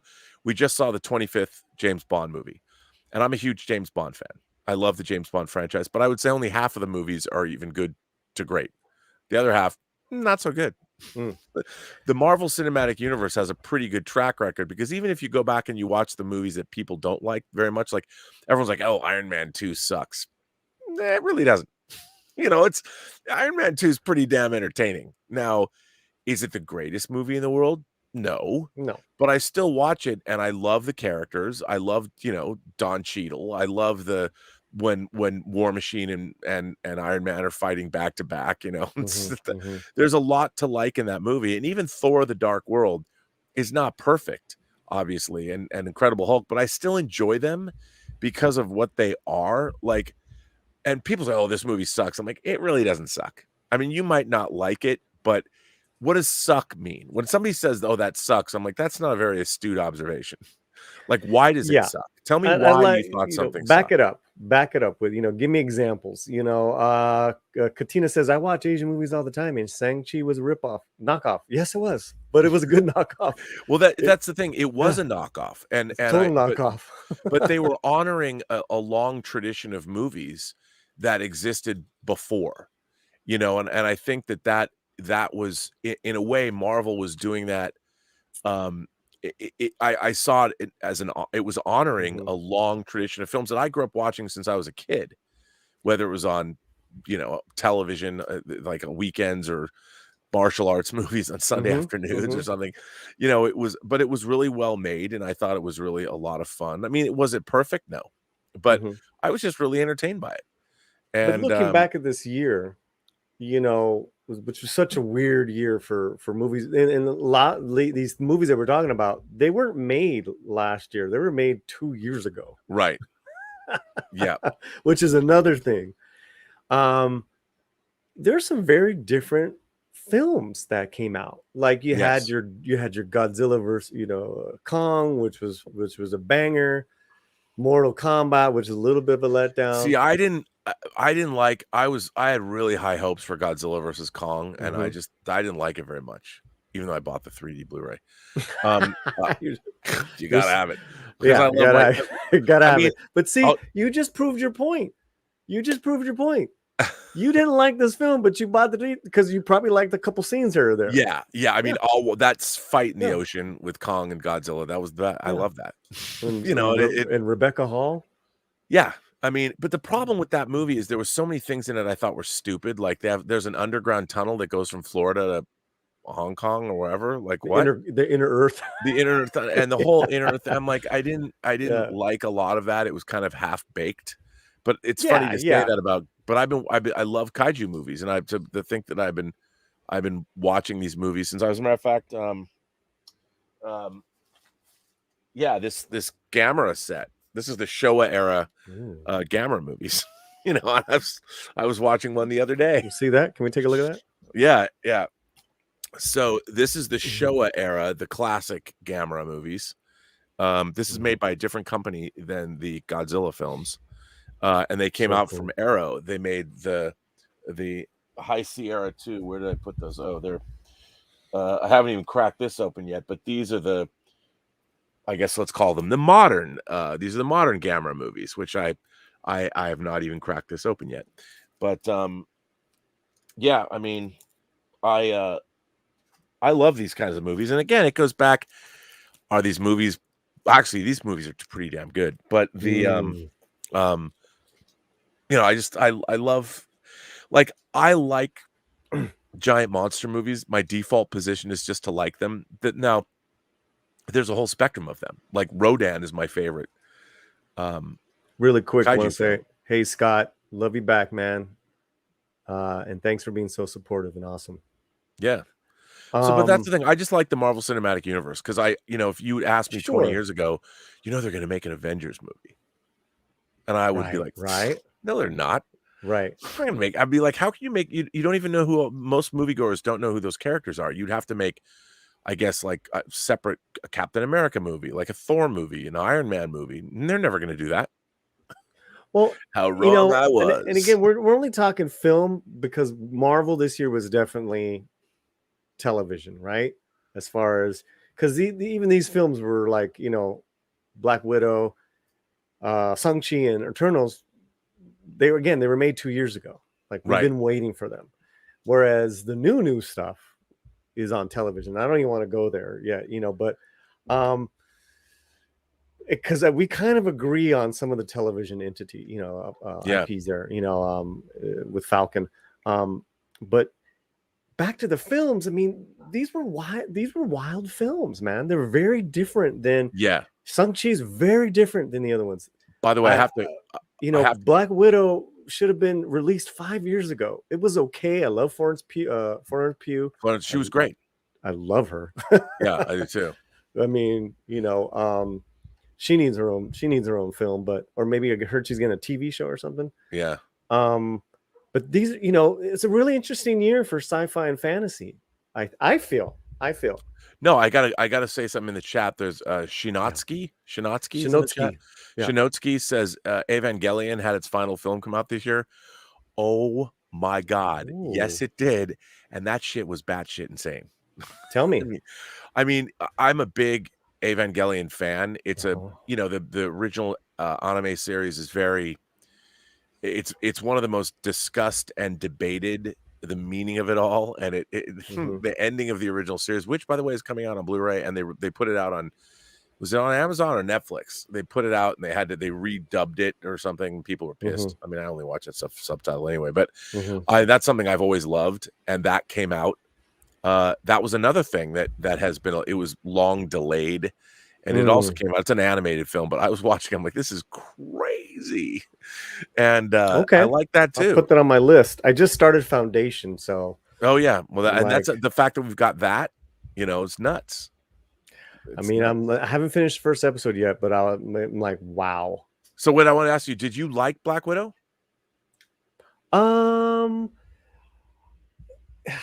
It was okay. Yeah. I me and the girl, we didn't finish it, so when that's always a bad sign. It's a lot of things that we've already seen in the Avengers already. Yeah. See, I like the first half of Black Widow quite a bit.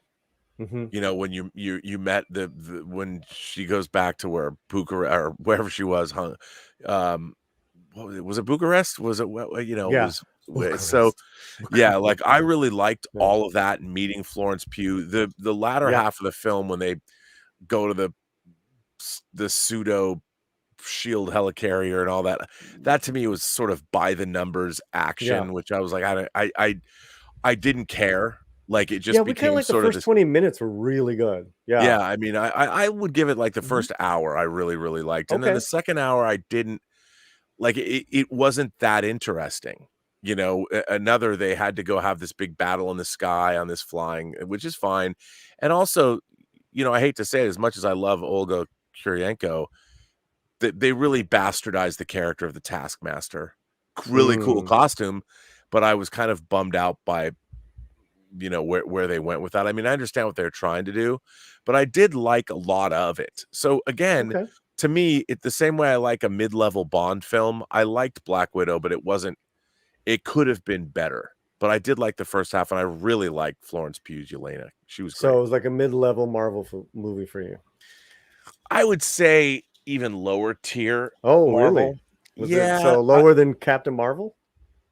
No. Well, The thing about sounds like you like Captain Marvel. The thing about Captain Marvel is it's a movie about it's space and aliens. Anything that has space and aliens in it goes up a little higher.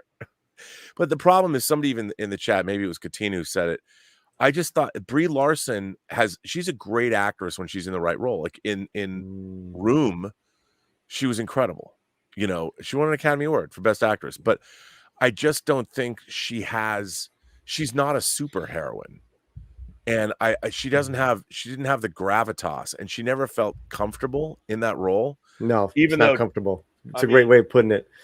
It's a great way of putting it. I mean, she was perfect. Full disclosure, I do drop the bomb on the Hot Toy figure because I've always loved Carol Danvers, and I've always loved the character. And this figure is a great figure, and it comes with a flirkin. So you know, I did get that figure.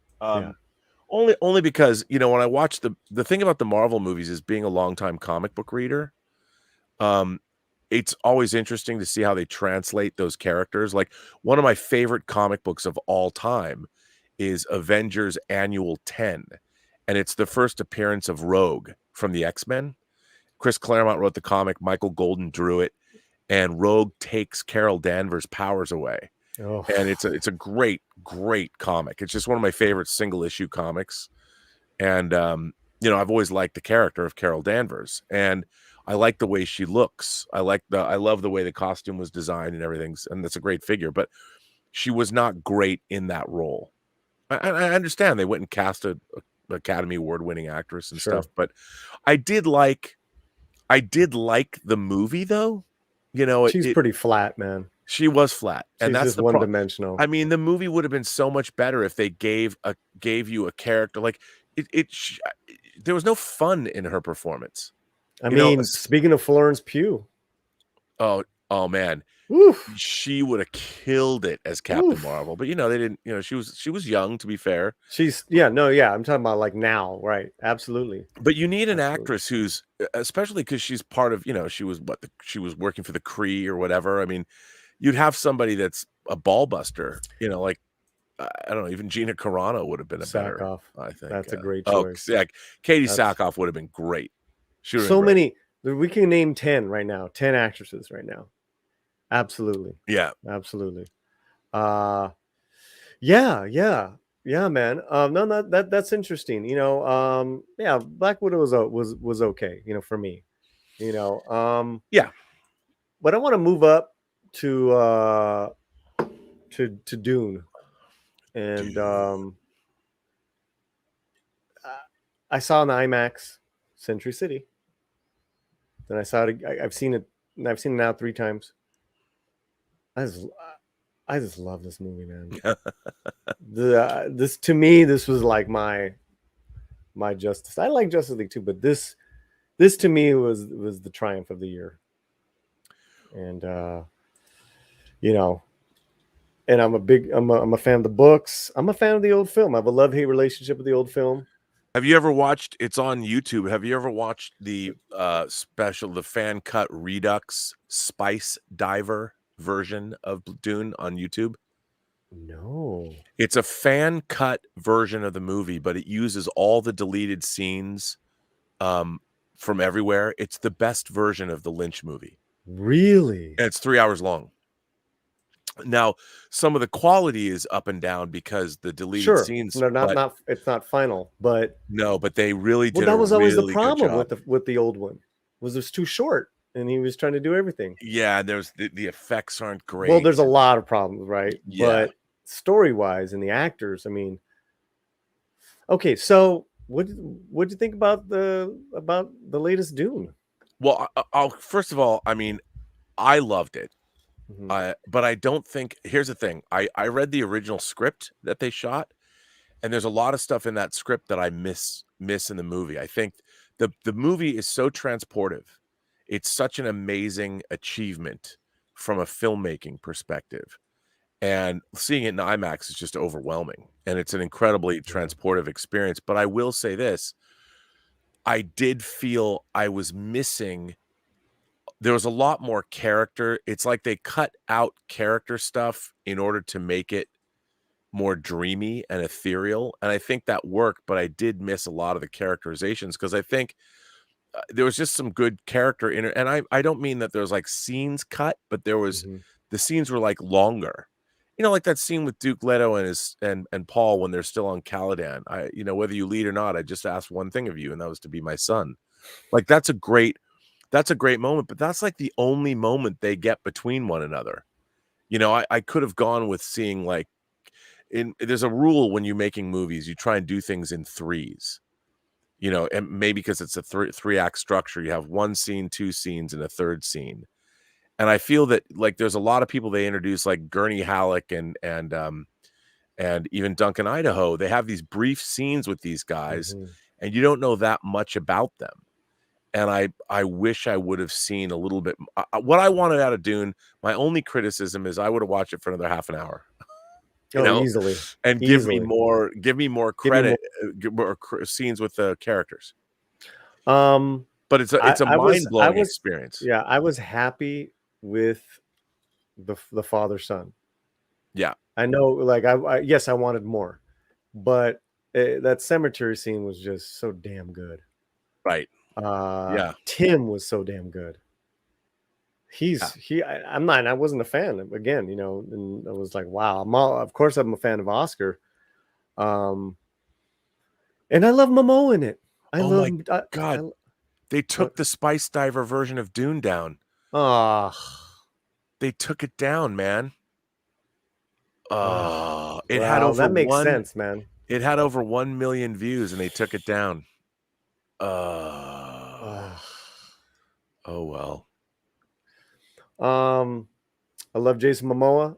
I actually thought the ending was perfect because it was such a disturbing fight scene for Paul, and that he had to kill a man, and there was something very stripped down cinematically about that fight, because it was like the whole movie was just like, then this one-on-one fight, it was very disturbing. It was just like, and you were already emotionally attached to Tim and his mom.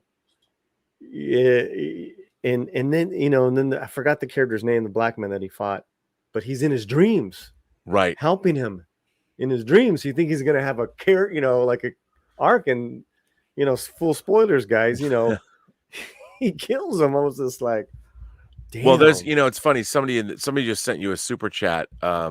Alejandro Montoya Marin. Yes, filmmaker. You know, tired of the chosen one trope, but if you know your Dune, that's all bullshit. You know, the Bene Gesserit sisterhood has been seeding these prophecies around the galaxy for thousands of years, and they're not true.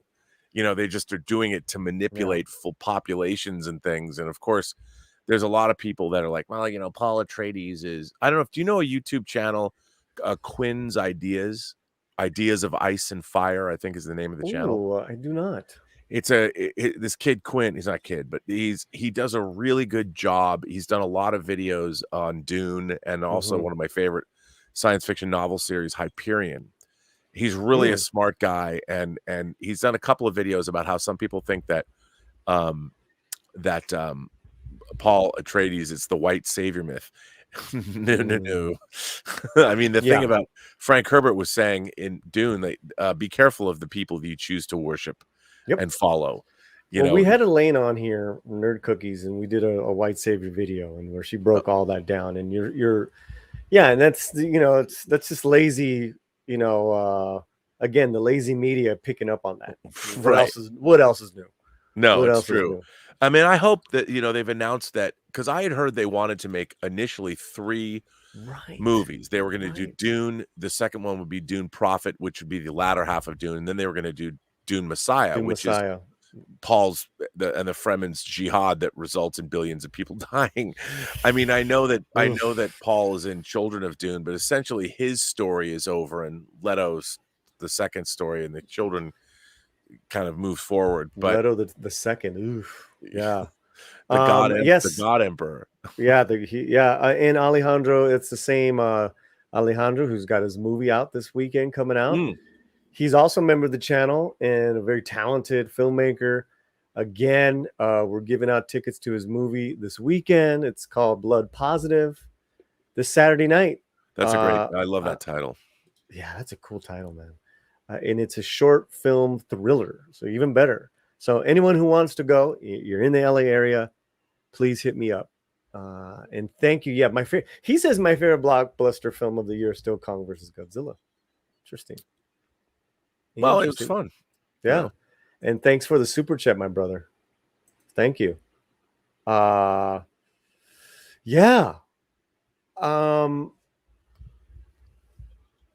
I don't know why they did not film. I mean, maybe because is there going to be a time jump and you want Tim to bulk up? But man, I don't know. I'm thinking of all the movies. Plus, I mean, they're already there. You know, they're on location. They're in Morocco. And all those actors. That cast. And they're all there. Like, why not just? I mean, here's the thing. It was obviously a risk, but the thing is, you know, when you're shooting so much of that movie on location and so much of it is so character based. I mean, yeah, it does get the Fremen and the sandworms and attacking Arakeen and getting their revenge on the Harkonnens and all that stuff. It gets pretty big, but it's not like they weren't already doing all of that stuff. By the way, I mean, there's something Denis Villeneuve, no one does effects. Like I'm always banging on about verisimilitude in movies. My God, the realism of that film is unbelievable. You know, the ornithopters and because that was always in the David Lynch version, they couldn't make flapping wings. You know, he hated all the sci-fi stuff, you know, like the ships and space stuff. But I actually thought his the way he showed the ships going into the navigation. What was the big ship that the Guild Highliner? I thought that was beautiful. I just resaw Dune the other night. And like, yeah, it's really neat when you see you see the whole, and then how it disappears, and you see the Guild Navigator going up to fold space, and yeah, gorgeous, man. You know, but yeah, I mean, Prisoner, Sicario, The Arrival. He always has his scope is just so like. Yeah, he's just able to. I don't know how. You know, one of the things the reason I'm so interested in verisimilitude, if you're making a movie, one of the hardest things to do is to point a camera and set up a shot and make that shot believable. Because you're basically trying to recreate reality. And it's really hard to do. And, you know, there's a lot of film, like when you're working at a low budget, you're just happy to have actors and things. It's really hard to like, but he has a style all the way back to, is it Incendies? How do you pronounce that word? Incendies? But it goes back to one of his first film. I think that was his first film. And he has a style that is relentlessly realistic. And the special effects, like he doesn't put up with, you never see a painterly matte painting in his movies. Everything looks real. And that's, you know, even the spaceships that you saw in the natural environments in Arrival were beautiful, really well done. And I think it's probably because he insisted on getting real plates of real things as opposed to having them entirely CG creations. I don't know what he does, but there's a feeling of realism that he is able to get, whether it's in Blade Runner 2049, even when it's stylized, it just, you feel it. And Dune, yeah, there's something very like, you know, elegant, cold, haunting, terrifying about his scope. Right. And you know, and that's the only way I can explain it, to where towards the end of the film is actually when it's warmest and most fuzziest. Is when they've adapted and they're with the Fremen. You know, it's a fantastic film. Yeah, it's a fantastic film. Yeah, man. So what we have 2 months. We have 2 months left, and I know the Eternals was out. I know how you feel about that, but what movies coming up, bro? I'm all about one movie. I know what you're gonna say. Hold on. Let me see if I have it right. Let me see if I guessed right. Nope. Although, look, you know what? It's funny because I always forget that. I really want to see that movie, but that's not the movie that I'm most curious about. Is it The Matrix? Yes. Oh, The Matrix, because I'll tell you why. Nice. You know, it's funny because while Matrix 2 and 3 are a complete mess, I mean, there's things in it that I love. The Matrix blew me away. I think The Matrix was the last time I went to a theater. Like, people don't remember this, but Keanu Reeves was in a movie before The Matrix called Johnny Mnemonic that was directed by this visual artist who I like named Robert Longo, he directed New Order's bizarre love triangle video where these people are slapping each other in the face. And Johnny Mnemonic was terrible.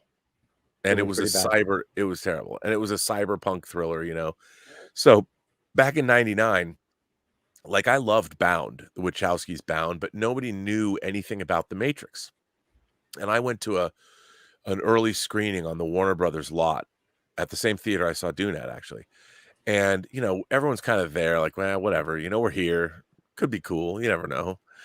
And I remember I was sitting in that theater and, you know, you take the red pill and then Keanu Reeves wakes up in that pod and you realize that is the real world he's waking up in. And the human race has been we're just batteries for the machine world. My mind was blown because usually I see this stuff coming. And what The Matrix just knocked me out. I'd never seen it was like what you go to the movies for. You hope because you know, it was pre-internet. I mean, the internet existed, but people didn't know everything beforehand like they do now. And there wasn't a lot of speculation and no one saw it coming.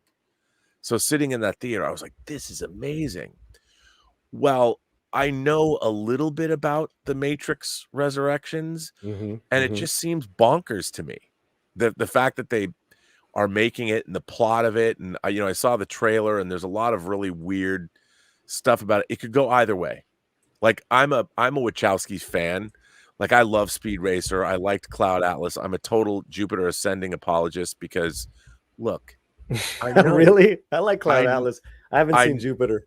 Dude, it's like a weird hybrid of a Disney princess movie with just B sci-fi tropes from 10 different movies. You know, it's not, but for some reason, I mean, she's literally, Mila Kunis is literally like Snow White. She's literally cleaning toilets at the beginning of the movie. It turns out she's a princess. You know, it's so, but I love it. You've got an elf flying around on these anti-gravity skates so he can like skate through the air, and he's got pointed ears, dude. It's just, but there's something about it that's wacky. It's just wacky enough that I can't believe it exists. But because the Wachowskis made it, it's really well made. It's got great effects, and it's just like, the hell is this? What are they trying to make? It's like some kind of weird Saturday morning cartoon crossed with Miyazaki or something. I don't even know. But I by the way, I can never defend Jupiter Ascending. I will never I can't. It's my love of Jupiter Ascending is indefensible, but I will say that I love it. But and I love Speed Racer, and I'm a fan of their work. What was their Sense8? Sense8 was the TV series they produced. I mean, they're very talented. Yeah, you know, no doubt. And you know, with the Matrix, it caught everyone by surprise because that was supposed to be cinematically like what Phantom Menace was supposed to be, which was out maybe a month before. Yeah, and it was just such a horrible disappointment. Yeah, Matrix came out like a month before Phantom Menace, and then the Matrix came out, and you're just like, wow. You're like, whoa. You know, in the Matrix, I mean, it's pop philosophy and Eastern religions and anime and graphic novels, and it was all kinds of things, and I loved it. I asked a question in the chat: what film are you more excited about, Matrix or Spidey? Matrix, 64%. Thanks for voting. Some people are saying Ghostbusters. That falls in line with sci-fi. You know what people have said? That's really good. I'm really looking forward to it. Everyone who's seen it really liked it. And I love the fact that it's a totally different movie than the first one, yet it's canonically attached to it. I think it's pretty neat. Yeah, if there's any movies that we miss, or, you know, as far as like what's coming out that you're excited about that we haven't talked about. Ghostbusters. I said Spidey. I assumed it was Spidey, but well, I'm excited. But the problem, the thing about, to me, I just can't believe that they even made another Matrix movie. You know, and well, that's another thing. Yeah, that's another thing. Lana Like, Wachowski's not working with Lily, her sister now, but I'm just curious, like, Lana said that she was Lana before she transitioned. I don't know if she's fully, but she's Lana Wachowski now. She's Lana. But she was married, and they had a really ugly divorce, and there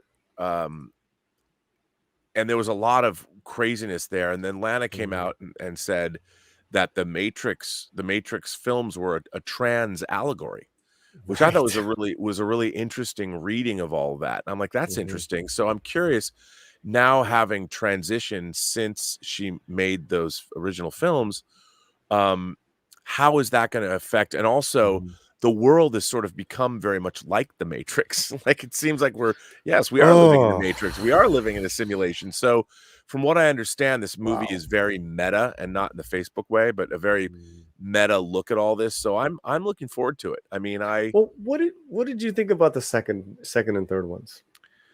They're a mess, but and they kind of go up their own ass. Like, what is all this? And I think the real, like, I love the whole car chase. Like, how can you not love that awesome car chase that they filmed? I mean, that was pretty sick. It's pretty amazing. There's all kinds of cool stuff in those movies, but there's so much gobbledygook in them too. Like, and here's the thing. I thought after seeing the first Matrix, the movie was really all about how do we liberate a population that's had the wool pulled over its eyes.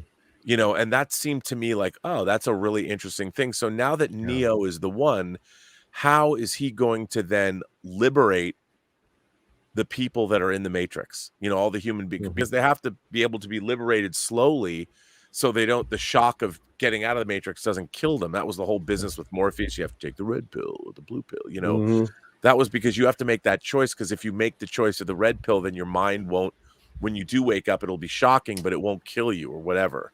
At least that's the way I read it. And the older you are, the more difficult it is. Yeah, exactly. To let go, which I really liked. I thought, the Matrix 2 and 3 have nothing to do with that. It's like everybody locked in the Matrix, like, whatever.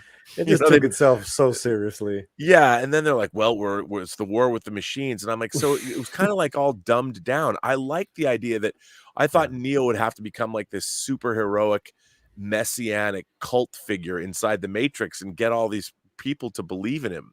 Like, I thought they were going to play, like, in a way that Neo, when he flies away at the end of the Matrix, that he would come back in the Matrix Revolutions, and he would be like as if Superman came down to the world, but we would all know that they're in the Matrix, but human beings wouldn't. So now you've got this guy that can fly around and go through buildings and do all these things. But I mean, imagine if we had a messianic figure, like a Superman figure in real life, what would go on? And then suddenly you'd have the twins and the Merovingian and all these people that would come out of the programs would suddenly be supervillains. And you've got a superhero movie, but it's inside the Matrix. And instead of just being an allegory for a Christ-like figure, Neo is that figure. And he would have to lead his people, in this case, the entire human race or what's left of it. He'd lead them out to the promised land. He'd lead them out of the Matrix into the promised land. And the whole thing could have been very biblical in nature. And then it just became this sort of, they didn't really know what it wanted to be. And you have the architect. I still don't know what he's on about, whatever, dude. I think it's like they're almost afraid to just really go all in on, whatever, like whatever that religion or like that prophecy, and just go for it. And it would have even been cool, like there's an actual real good part of the earth that still exists, right is it like Brave New World, Alex Huxley? Yeah, Brave New World, right? They had different sections, correct? Yeah. And the wilderness ones were like not the most dangerous, but they were the most beautiful ones. Yeah. I mean, I just thought that the movie a killer was book. And I think that, it became a hit. The Wachowskis were under enormous pressure. Yeah. And I'm not saying, like, look, those movies are way fun to watch. I love listening to music. The fact that Juno Reactor and the Goa trance music they did, I was a huge Juno Reactor fan. The fact that those soundtracks, dude. Oof. Yeah, and the Animatrix and the video game were actually probably better than the movies. Yeah, the Final Flight of the Osiris, the first That Animatrix was movie. cool. Yeah, that was really cool, and I liked all that stuff. But then again, it became, well, we're gonna do a whole transmedia experience. You have to watch the Animatrix, and you have to play the game, and it was like, why don't you just concentrate? Yeah, me too. It's like, just make good movies. I did that.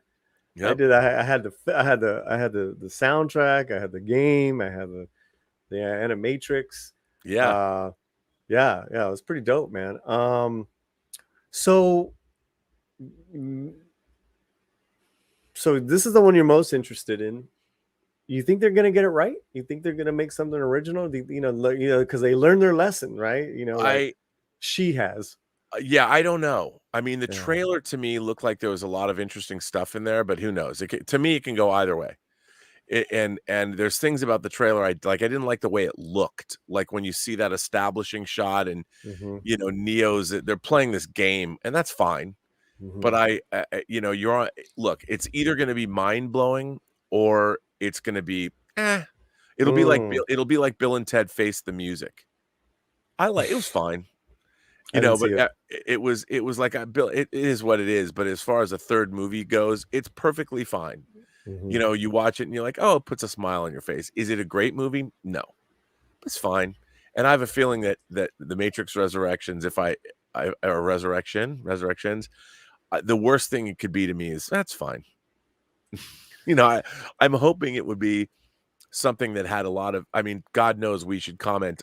If we're not living in the Matrix now, I don't know where the hell we are, because we're certainly living in crazy, bizarre times. Brother, you said a mouthful. And I'm like, I want that. I want a movie to do that. I'm going to go see it in the theater, but I also have these high expectations in a way, because the first Matrix was mind blowing. Yeah, when I first saw it, and I can't. Still is. I have to tell you, Paulie, to be honest, I've been watching science fiction, fantasy, and horror movies since I was a little kid, and we've gotten to the point where it's now possible to do anything. The technology exists; you can do anything, and I feel like what's really beginning to let me down are the actual stories themselves. The technology is there, the filmmaking is there. And that's why I find myself going back and watching a lot of low budget. There's a lot of really low budget, intellectually interesting movies. And like I told you, The Invitation, and I hope it's still on Netflix. Karen Kusama directed it. The Invitation was a movie that cost, next to nothing to make. It's literally the whole movie's set in a house. And yet, who was in that? Why am I drawing a blank on his name? Oh my God, it's not Bradley Cooper. I'm drawing a blank on his name. I can't know everything. Hang on. Yeah, I know, but I know where you're getting at. Originality is so rare nowadays. Yeah. From beginning to end, just a Logan Marshall Green from whatchamacallit, from Prometheus. Logan Marshall Green's in it. That's why Foundation seems very interesting. Very, yeah. I mean, I like the fact that we're getting books that I read when I read Dune when I was like 12, and I read the Foundation trilogy when I was younger. When it was only a trilogy, because I got it from the Sci-Fi book club. And look, the Foundation is a great looking show. They've certainly they've spared no expense, but they're kind of veering away from the source material. But I still think it's interesting. I like it. It's not perfect. There's a lot of, I don't know if there's an Apple Plus series going on right now called Invasion. I'm watching this and I'm like, it's beautiful to look at. It is so boring. Really? I'm like, I can't. How do you're 4 hours in? I'm like, where's somebody tweeted me, where did the invasion go in your invasion? And it's funny because here's this, it's a movie it's a TV series that's about an invasion of the earth by aliens. You can't take 4 hours to tell the story. They're showing different people all around the world and how they're being affected by it. Like one of the groups of people is kids who are in a bus that crashed and went into this pit. And it's like, for 2 hours? I mean, Independence Day in 2.5 hours established the alien threat. The aliens attacked the world. humans mustered a defense and fought back and defeated the aliens. And that was in 2.5 hours. Wait a we're minute. 4 hours into this Apple Plus show, and I'm waiting for where's the invasion? It's all happening like on TV. Was that the French one that they redid? No.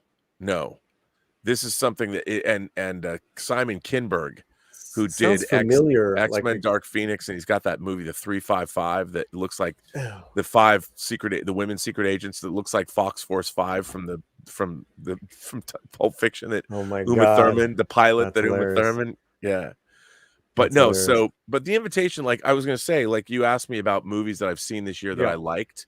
Mm-hmm. There's a lot of really good, like there's a movie, and it costs like 6 cents, called Come True. Now it doesn't stick the landing, but it was really weird and interesting. It's a creepy sci-fi film that you don't know, you don't quite know what's going on. Or did you see Oxygen? The movie Oxygen? I did not. It's a French film. It was directed by Alexander Aja, who he made like the remake of The Hills Have Eyes. This is this year? Yeah, and it's a movie. Melanie Laurent, who played, she was in Inglourious Bastards, the woman in Inglourious Bastards. She plays a woman that wakes up in a oxygen chamber, like in a hospital. And the whole movie, I mean, not the whole movie, but it's just her in the oxygen chamber, and she's running out of oxygen. Wow. You know, and I'm like, it was like almost a movie set in a room, you know, and there's some good stuff. I like The Green Knight that came out. And then one of my favorite movies I've seen in a long time is Titane. Have you seen Titane? I've been hearing a lot about that. Dude, you know, I mean, and I these are the things that, because these movies are intellectually interesting. All of these big budget sci-fi movies, it's like we've seen the stories before. So it's these low budget movies that have these crazy ideas in them. Like Titane is insane. Have you seen Night House? No, Rebecca Hall? No, but I want to see that. Is it good? We loved it. Okay, yeah, it's one of those movies I really want to see. Now, I'll tell you a movie. So what I'm doing, guys, is I'm writing these down. We'll put it in the description as far as our recommendations of kind of like sci-fi fantasy thrillers of this year. Have you seen The Empty Man? No. The Empty Man. It's not like The Slender Man. The Empty Man was directed by David Pryor, and it was adapted from a graphic novel, but it's not for everyone. But again, it was a movie. I'm like, where the hell is this going?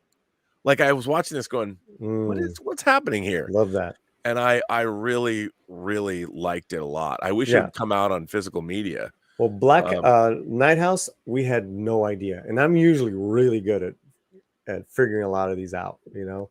Yeah. I had no idea. Have you seen the, oh, sorry. What was the one you just mentioned? The Empty Man. The Empty Man. Empty Man, yeah. Yeah. Oh, and you know what? There's another movie that I think everybody should see, that Mads Mikkelsen is in, called, it's not horror, called Riders of Justice. It's a Danish movie from last year. It's kind of an action comedy. It's really good. But don't read anything about it. Just go in and check it out. Let me, on Shudder, I think it's still on Shudder. It's called La Llorona. And it's not Curse. It's not Curse of La Llorona. Right. It's La Llorona from Guatemala. Yeah. I heard that was good. Dude, you love it. You love it. Okay. Yeah, like, you know, knowing our political tastes, like our sensibilities.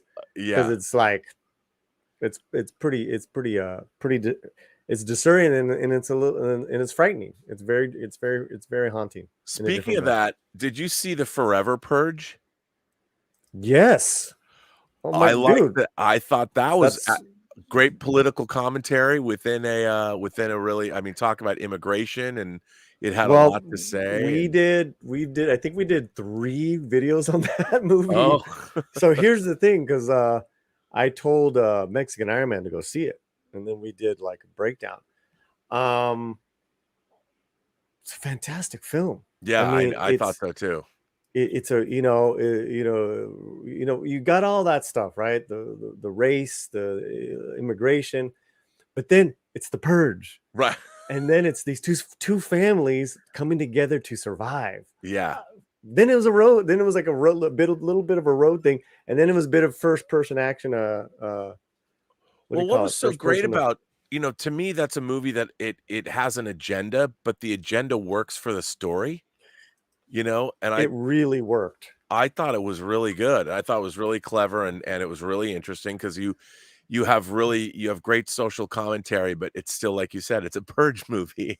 Well, the agenda, because it's based in truth, right? Exactly. Like Josh Lucas. To me, Josh Lucas and Tenoch Huerta there's so many good things about that movie, but Josh's arc, he's just very honest. It's like, look, I just don't understand you guys and don't want to, Right. but they save each other's fucking life, and it's pretty cool. It's like, it's kind of extreme, but it worked. Yep. It worked, man. And Tenoch is he's got a new movie that just came out. It's like a huge hit called The Sons of Monarch. Right. And he is, I believe, he's a scientist or some sort of botanist on the monarch butterflies in Mexico. And that just came out on HBO Max, and it co-stars Electra Avallón. Electra is Rodriguez's niece.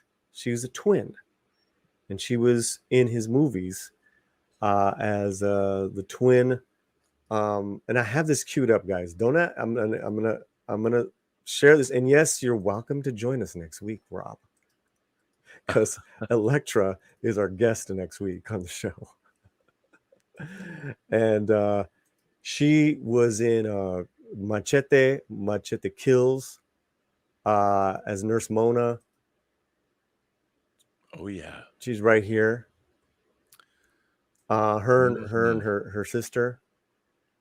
But she's in this movie with Tenoch called The Sons of Monarch. And we're old friends. And she's getting back into acting. She was in this film, and she's going to come on next week and talk about this movie called Son of Monarchs. And it just came out on HBO Max, starring Tenoch Huerta. And it's great. You like it? No, I haven't seen it yet. Oh, you haven't? Oh. No. But I'm a huge fan of her acting, and I'm a big Tenoch Huerta fan. Yeah. And Tenoch is cast as Namor. Right. So there's a lot riding on this. But that's our guest for next week. And yes, Rob, you're invited. That would be fun. I hope. I thought he was good casting for Namor. Actually, I think it's great. I think it's very interesting. They're going the Toltec, Aztec, Atlantean route. Yeah, which I love. Which is great. And yep. I think it could be very interesting race wise as far as Mexican and African American. I don't know what they're gonna do. We'll see. But there's so many things you can do with that.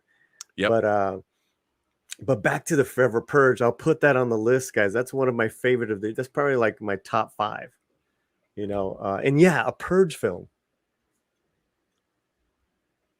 Yeah, that was a good one, man. Yeah, it was good. So we got some good movies here, guys. Some good movies to recommend that I put it in sci-fi fantasy, but I don't know. Forever Purge is more of a well, I think but action thriller. I don't know. I would call it, it's still got that dystopian sci-fi element to it, because it's about a sort of a not too distant future where the purge has been okayed. So it harks back to a lot of those famous kinds of dystopian stories and things like that.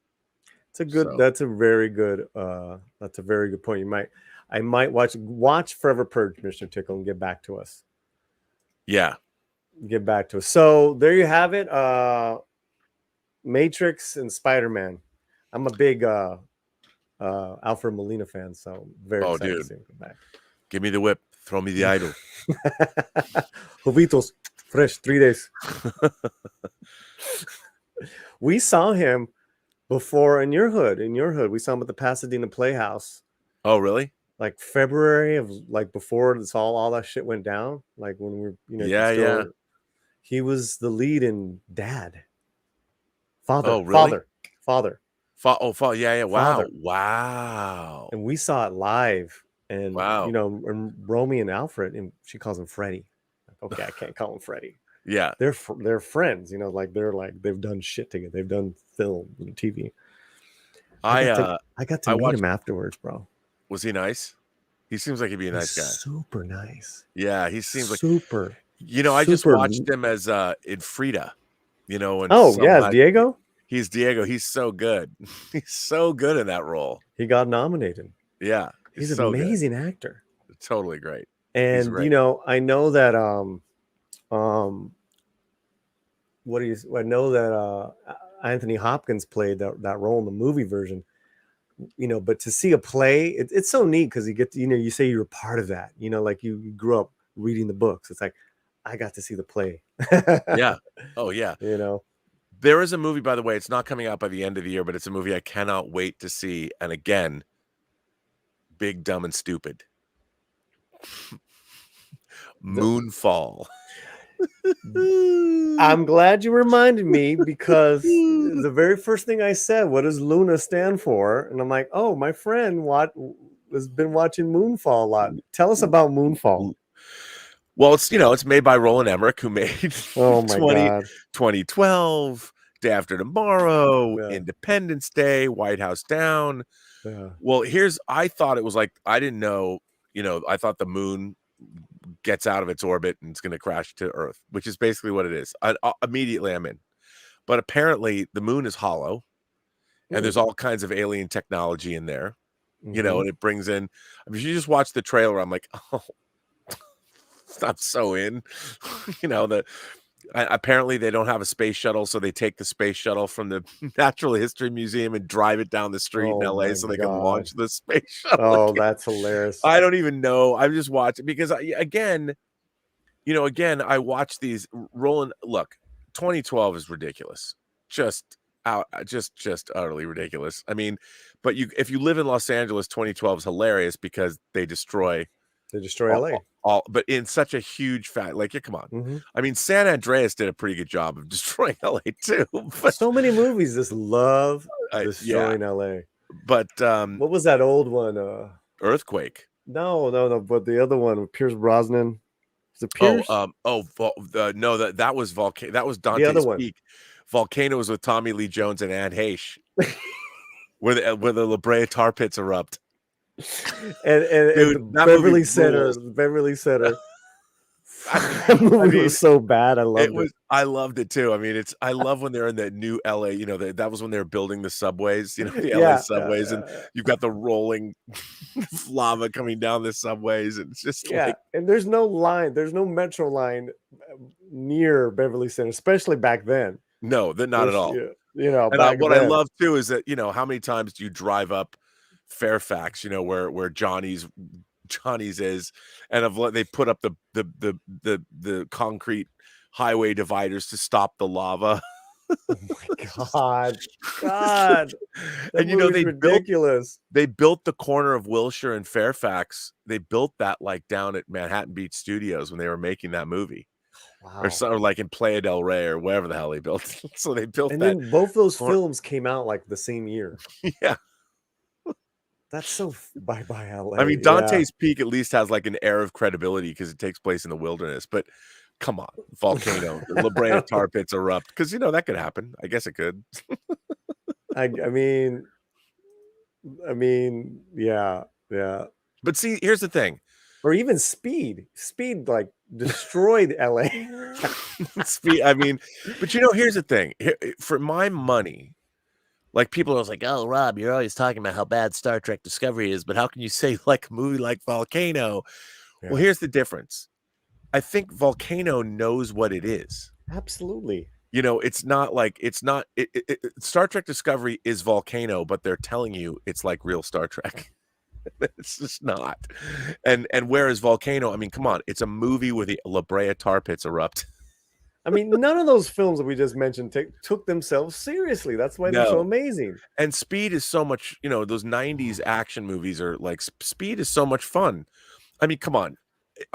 That jump that the bus makes over was it the six? Because at that time, I think it was the 105. The 105 was just built.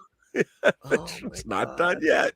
And then they had a metro line too, and it ended. That's how it ended. Oh Yeah, my god! I that mean, movie it was awesome.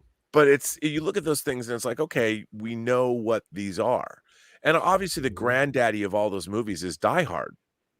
And the thing about Die Hard is, Die Hard never strained credulity. It never broke. You still believed it. You know, that was what was so great about Die Hard, is it never pushed things too far. You know, even when John McClane jumps off the roof of a building with the fire hose wrapped to his waist and he comes and swings down, has to kick his way in. I'm like, that could happen. Falling Down is the best LA movie. Oh man. I watched that recently. You know, Joel Schumacher directed that. That might be his best movie. That movie Schumacher, rules. you know, he had some good ones, man. Yeah, I like Flatliner still, and I really liked Falling Down. You know, Michael Douglas. And you look at it now, LA was never as maybe it was, but I don't remember it as being as belligerent. Like everywhere he went, someone was going to beat the shit out of him. That was after the riots. Yeah, it was post after the post LA riots. Man, but my favorite my favorite mid 90s LA movies, bar none, Strange Days.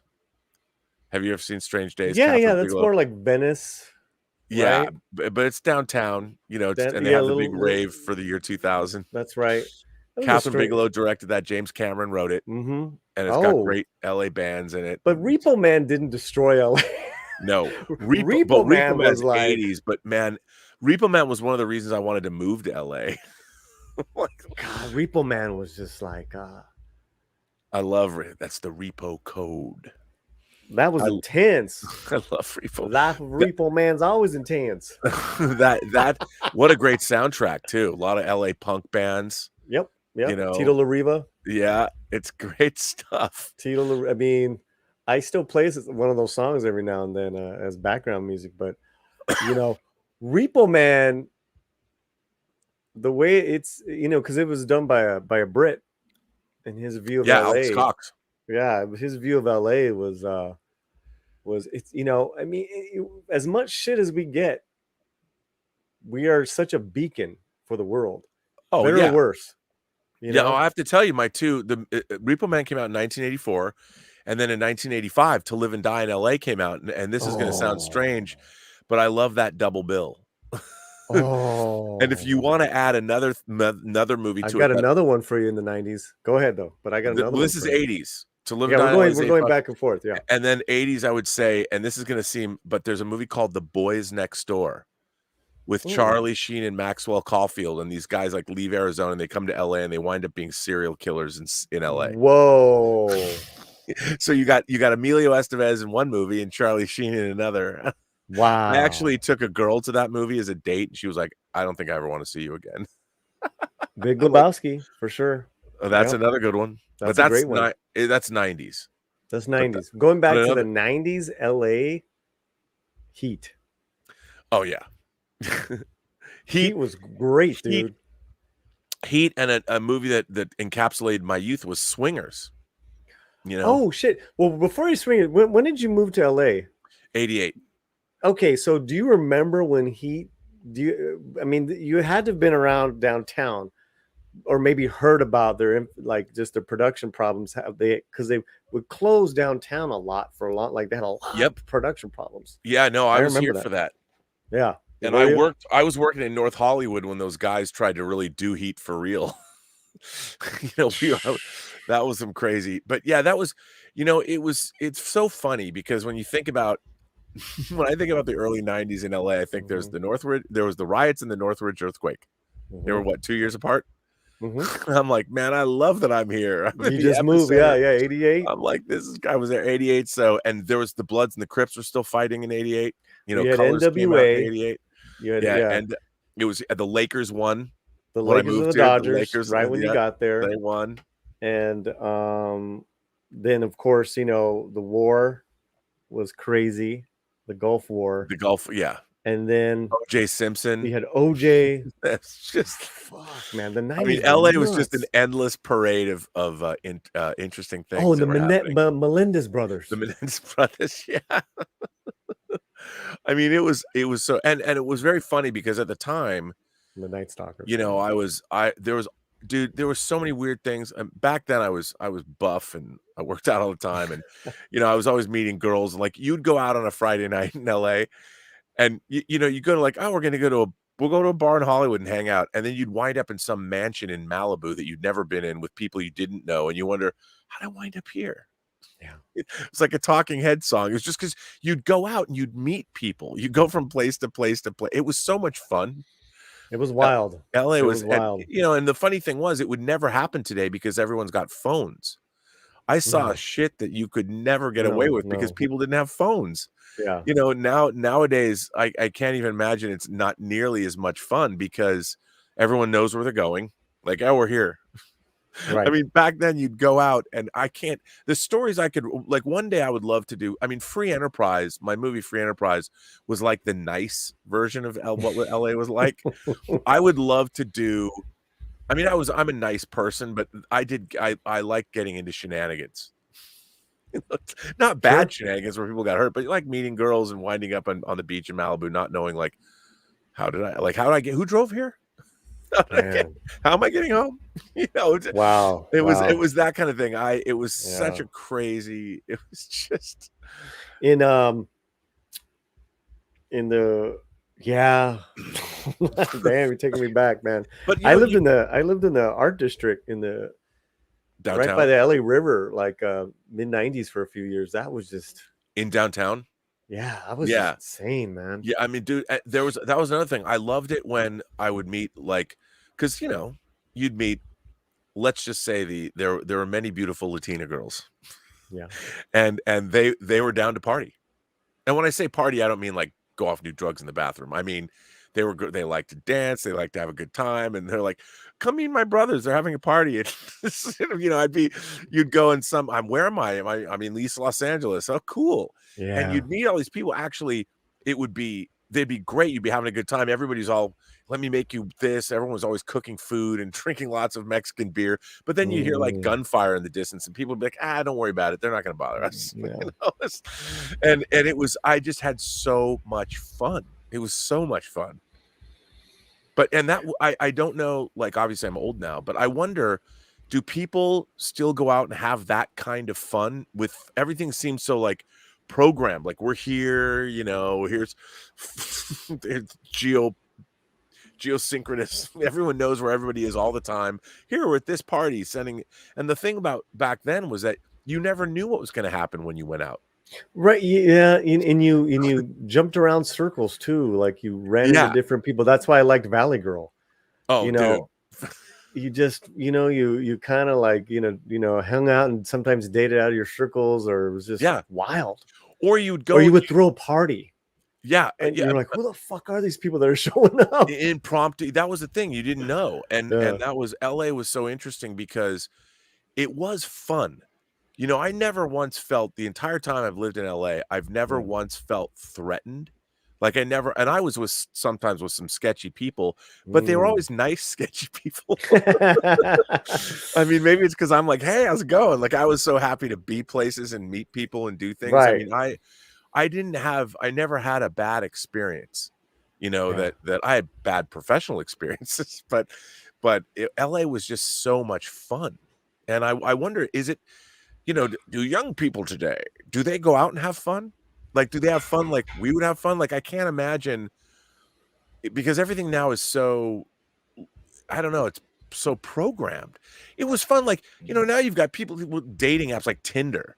When you had to go out, you had to meet somebody. You had to be able to chat them up. You had to really know how to talk and be charming and know how to dance. And people are such flakes too nowadays. It's like, Yeah.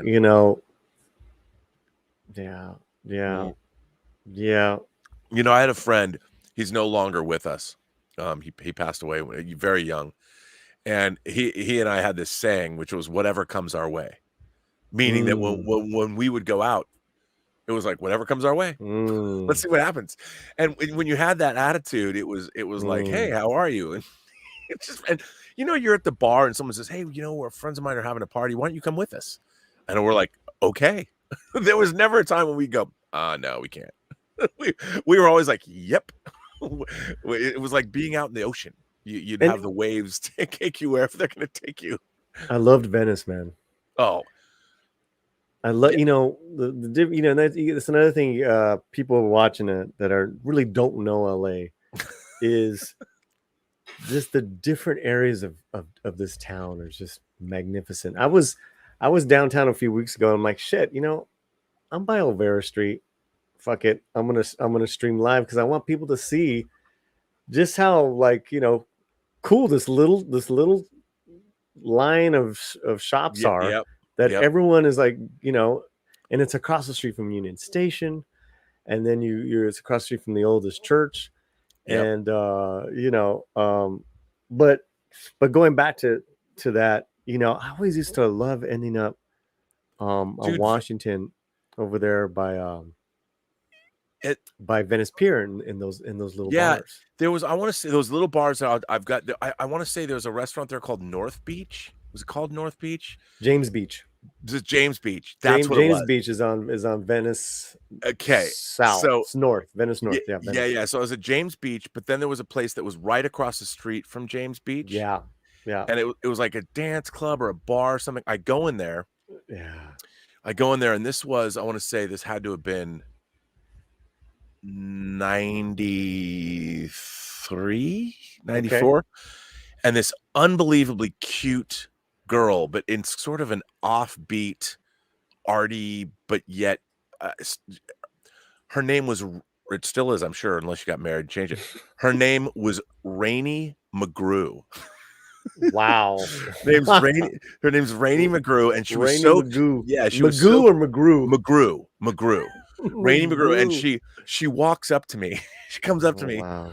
And she was very like, and the way she talks, she's like, "That's right," and it wasn't like some sassy way. It was more like this weird Southern drawl meets Northern Southern California thing, and she was just really just sexy. She kind of was slinked around like a cat. I don't know. I'd never met any girl like her in my life, and before or since. So she comes up and she goes, "I'd like to see your hand." And my hand, she goes, "Yeah, let me see your hand." And I take my hand, and she takes it, and she's looking down at my hand, and I go, "Well, what are you doing?" She goes, "I just want to make sure you didn't have a wedding ring." And she goes, "Dance with me." Nice. Just like, nice. I mean, and it turns out she was like an assistant coroner. She worked for the coroner's office, and it was like, this is perfect. This is completely perfect. And I lived down there, bro.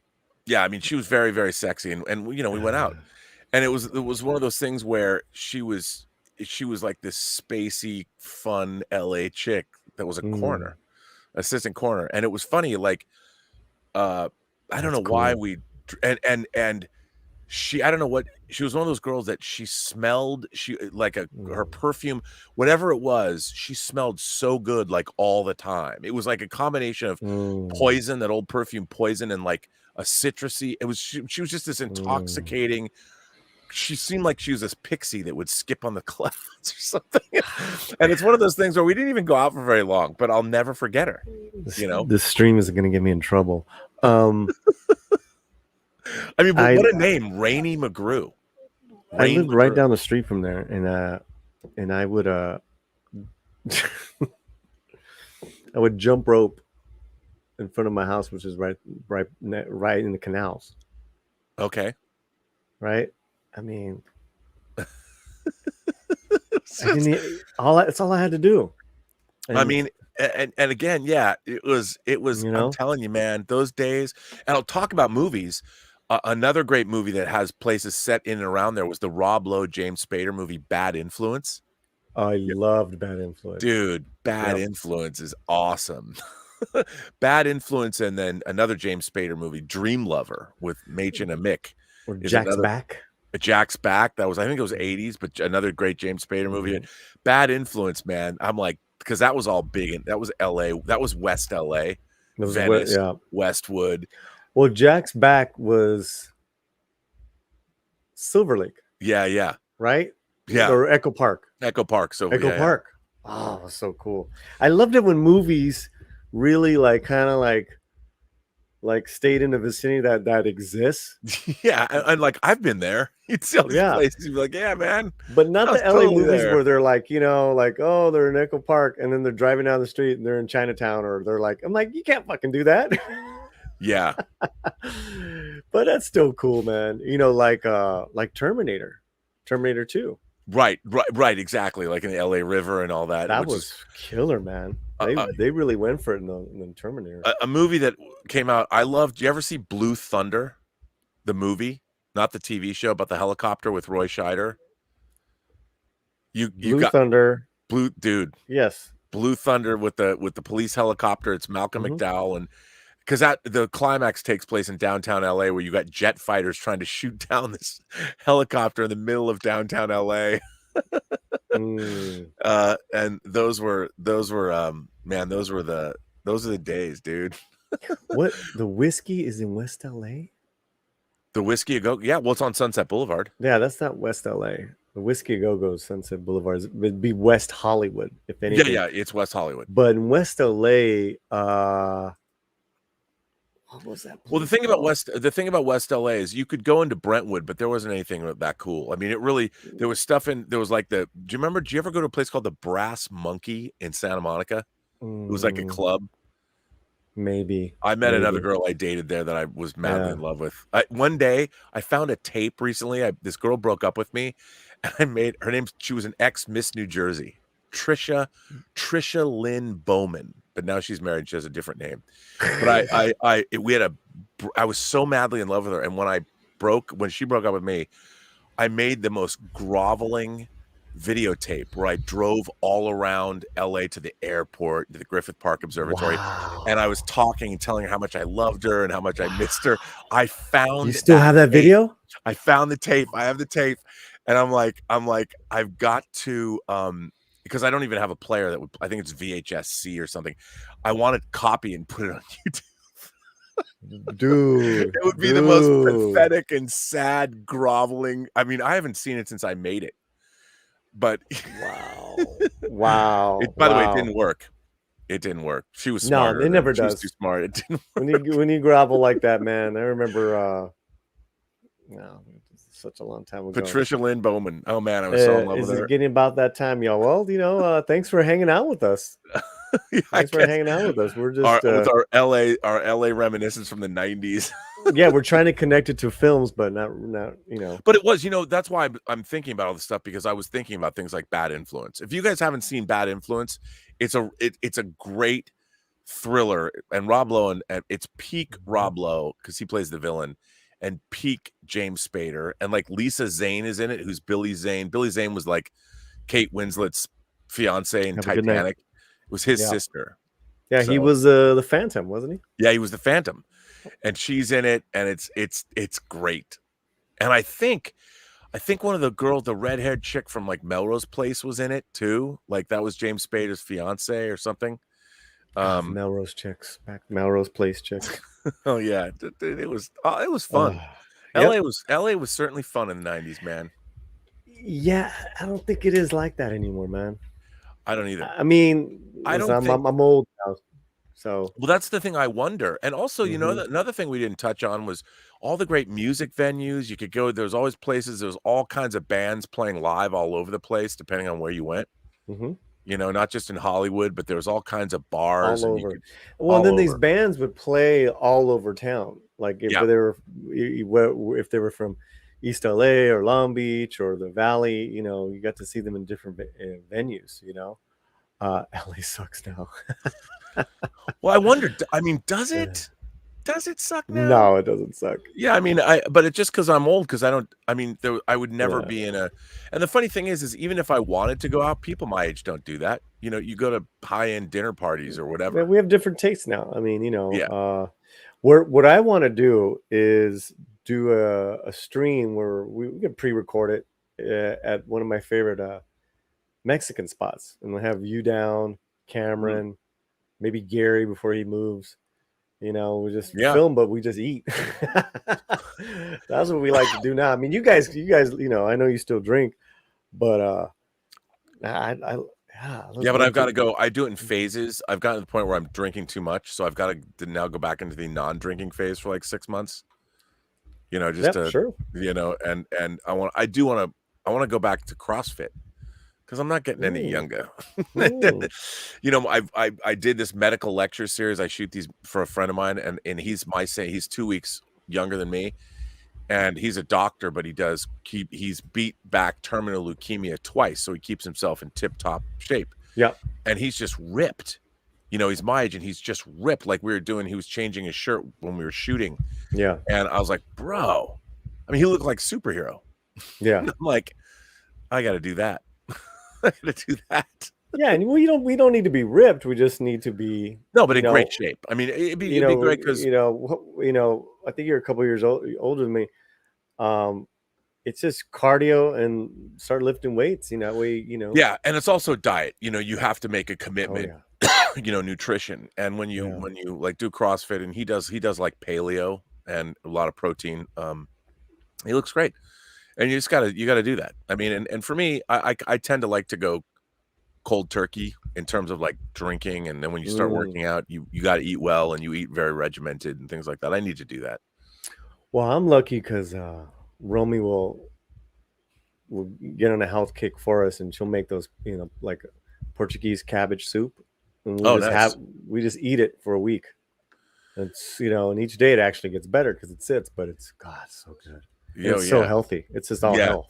It's just all health. Yep. But yeah, we evolved and devolved into a different type of stream, which is always hopefully you guys are getting a little insight to our to our earlier years. But I think it's interesting because from a cultural standpoint, I wonder about like youth culture has obviously changed because of the internet and because smartphones and because of fundamentally on a fundamental level, like the spontaneity of things. I wonder if that happens. Are people that spontaneous anymore? Or can you be, when you've got... Can you be? Is it possible? Especially now with,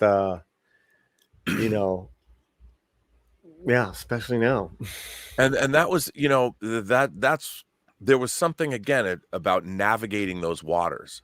Like when you had those kind of nights and you never knew where you're going to wind up or the idea that you were open to meeting new people and having these new experiences and not worrying about where they might take you. And they were always fun too. I'm sure if I was a girl, it would be a different experience. It probably was terrifying. But, oh God. But what was it? Late 90s, late 80s? And this is when at the like at the real height of Robert Downey Jr. Using and being nuts. Yeah, well, that was in 90s. He was in Less Than Zero where he played a guy in 87 who was using. So maybe this is early 90s, but me and my mom went to Christmas Mass one year at St. Monica's. Midnight Mass. It was so packed I was sitting on the floor, and this guy like taps him on the shoulder. He's like, "Hey man, is this space open?" I'm like, yeah, go for it. And he sat down and I like double taked. It's fucking Robert Downey Jr. He looks like shit. And he just says to me, chillin'. Like, well, Robert Downey, what are you doing, man? Well, I know he's a Malibu, Santa Monica guy, at the time. So, man, God, I love LA. I love that. I even loved it in the 80s as a kid because, my dad cut hair in Westwood Village. And starting when I was 9, 10 is when I would take the number 8 bus from West LA to Westwood Village, and he just would give me money. The best movie theaters in Westwood. All the movie theaters they still had an arcade. They it was still kid friendly. Yeah. And I saw Empire like 10 times by myself. Yeah, man. Did you go to the Avco? Was that where Empire was? Avco was where it was at. Was it the Avco? And then they split the Avco in half. Yeah, that was when they split the Avco used to be a single screen theater even when I moved to LA, and then they cut it in half. I'm like, what? Remember that was a huge theater. Yeah. Huge. It was huge. It was so great. I think that was the first place where they started showing a commercial before a movie, and people booed. Yeah. People booed. Yeah, that was a great Westwood. Then the National. The National is where I saw Superman. Had the big Superman emblem. That theater, that was one of the first, when I first started, I moved to Westwood. I lived actually on Purdue. It was in West LA, but it was close to Westwood. It was right across the street from the New Art Theater. Yep, I know.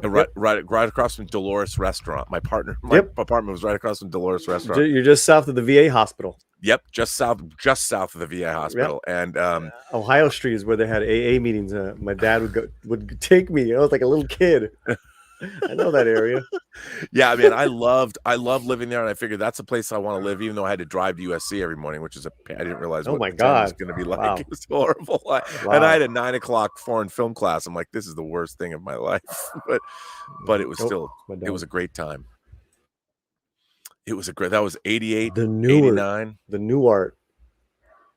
Man, I was there still going on. And then down the street is the Royal? Yep. Down the street is the Royal. I don't know if the Royal must still be there, isn't it? I don't know. It's a Lemley, so all those things are. Yeah, I mean, Lemley doesn't die. It's so funny, man. Yeah. Nerd Cookies is here. Hey, Elaine. You just got here, so what are we talking about? We're talking about now LA movies, LA. Oh, he left. He had it. He had enough. What the? And Sean Beam for $3 sends me a super sticker, and it is a fist bump. Well, what happened? I'm just not like it was just cut me off. I didn't even touch anything. Just gone. I missed the original New Art owner. Remember when they had the Rocky Horror there? They would do Rocky Horror. When I moved here, they had Rocky Horror. Yep. And they had Rocky Horror also in what was that theater in South Pasadena?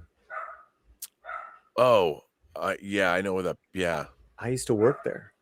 Oh, and I remember getting all the posters.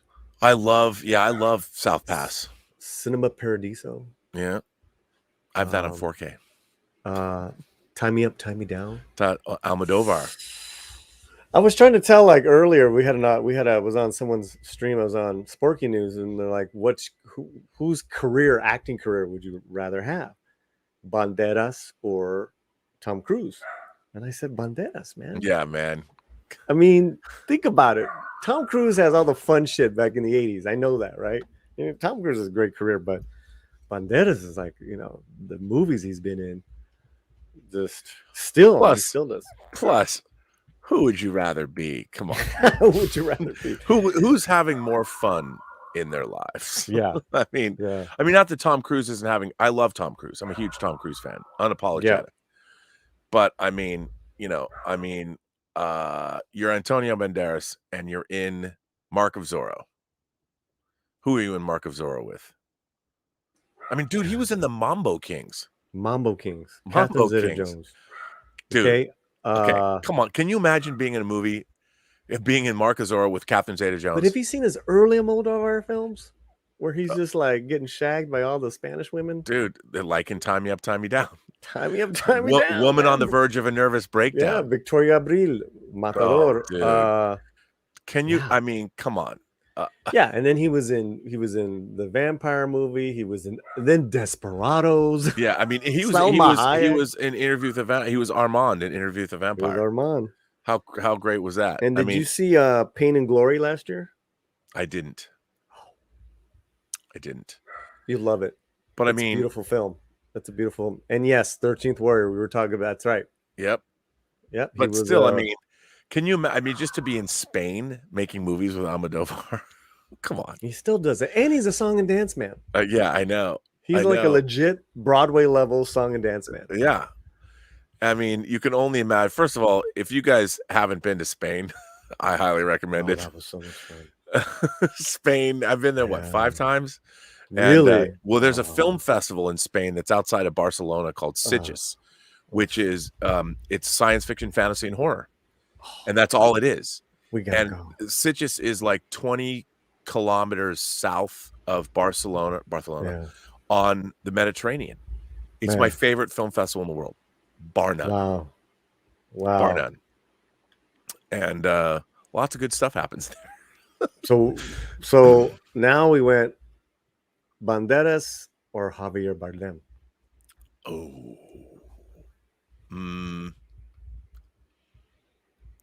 Javier Bardem seems like Banderas seems to be, because he's a song and dance man. He's a party guy, whereas Javier Bardem seems a little bit more serious minded.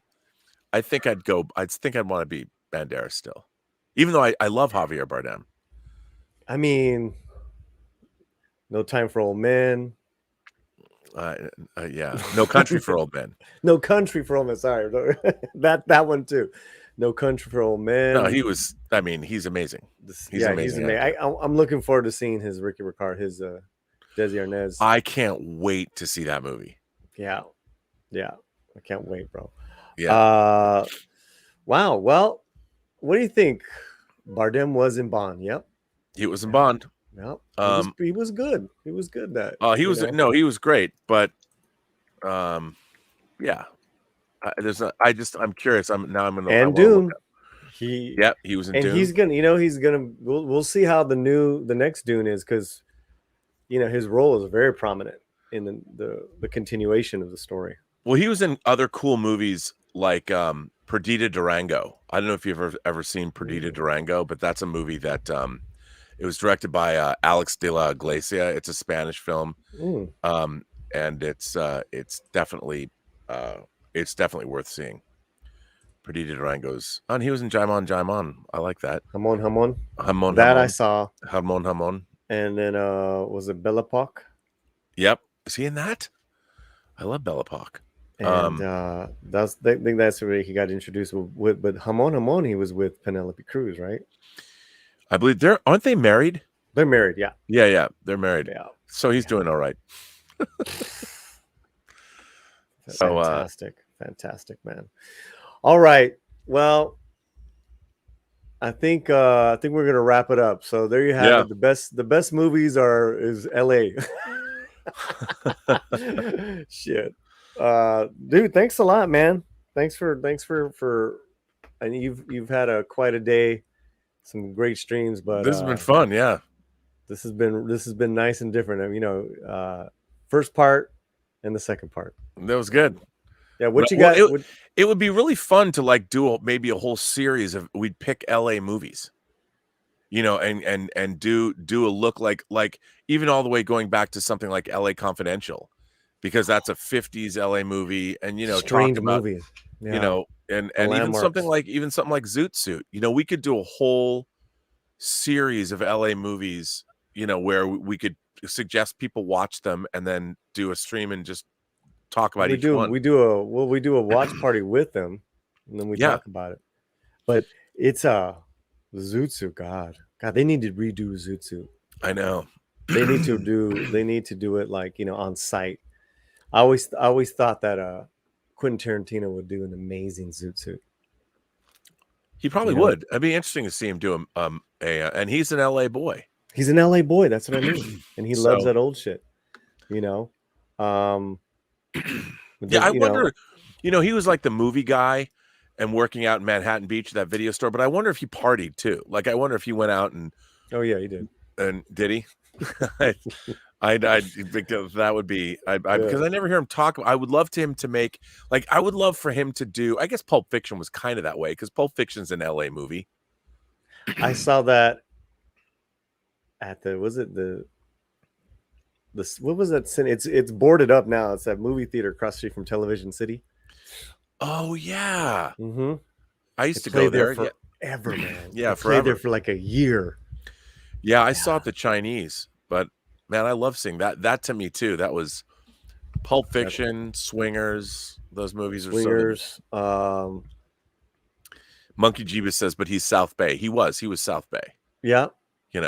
Yeah, but he knew LA, man. He knew. Yeah, he went downtown to see. He went out to all those grindhouse movie theaters. The old grand theaters that have been.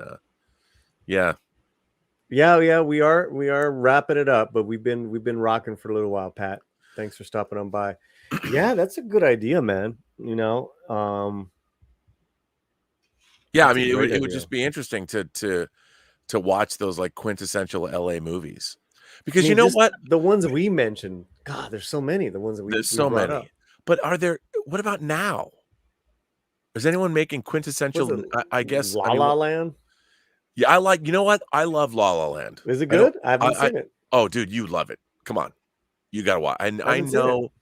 How can you have not seen La La Land? It was just like, dude, you got to watch it. You got to watch it. Okay, La La Land. Watch it with Romy. I think after you see the opening scene, you'll be hooked. See, Romy's into like, the Black Delilah. Was it Black Dahlia? Black Dahlia, like the thrillers. Yeah, she loves that gruesome shit. But you know what? I mean, I think the great thing about La La Land is it's a really good LA story. The freeway backed up. Yeah. That's any filming. The whole opening scene. You got to see the opening scene. You'll just watch the opening scene, but you should watch it. I think it's good. So great LA films recently then. Yeah, I mean, I'm thinking about because I don't. Yeah, do people make great LA movies anymore? Like, I don't know. I mean, it's things like like San Andreas, the rocks flying around destroyed Los Angeles. Yeah, I mean that's not the Straight Outta Compton. A little bit. Well, then there's the hood movies, the LA hood movies. Which Blood In, Blood Out. Blood In, Blood Out's a great LA hood movie. Beautiful film. El Norte. Well, I love El Norte. You mentioned El Norte today. I love El Norte. That movie. I saw that. I love that movie. God, because that movie winds up in LA. Yeah, it starts in Guatemala and then winds up in LA. Yeah. Colors. There you go. Tax Collector was LA. Oh, yeah, that was. Yeah, and there's like Training Day. Training Day was very site specific. Tax Collector, I didn't really know what hood they were in. Yeah, it seemed a little too. So I like it when the place they're neighborhood specific. Yep, it's really cool. Yeah, I mean, there's really End of Watch is an LA movie. I like that. And Training Day. 500 Days of Summer. Yep, there you go. That's a that's a good one. That's a good one. But even that's like 15 years old. I know, that's crazy. Who's my God, Born in East Beverly Hills Cop. I mean, that goes back to 84, but that's that's a good LA movie. Is Die Hard an LA movie? Absolutely. Oh, you kidding? Absolutely. I took a picture. I went and saw when I went and saw Eternals.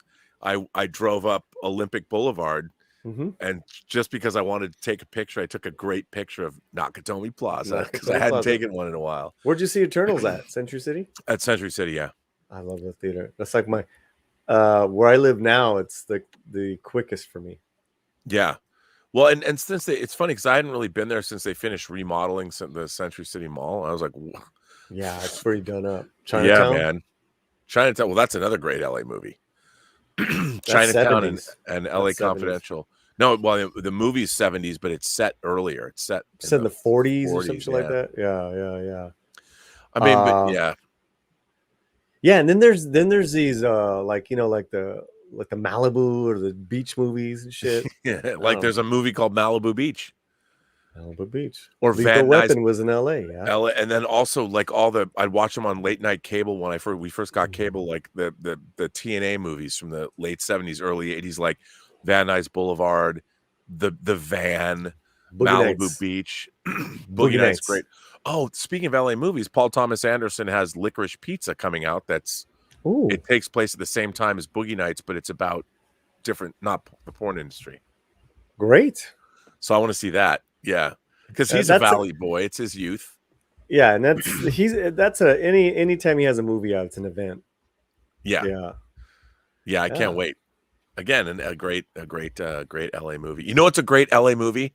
Tequila Sunrise with Kurt Russell and Mel Gibson, because it's a South Bay movie. It's set in Manhattan Beach. God, you're right. And Raul Julia is great. I loved, and I mean, to me, the best. Raul Julia, Michelle Pfeiffer, Mel Gibson, and Kurt Russell. Come on. If you're going to make a big budget Hollywood movie, and the guy who wrote it wrote Chinatown.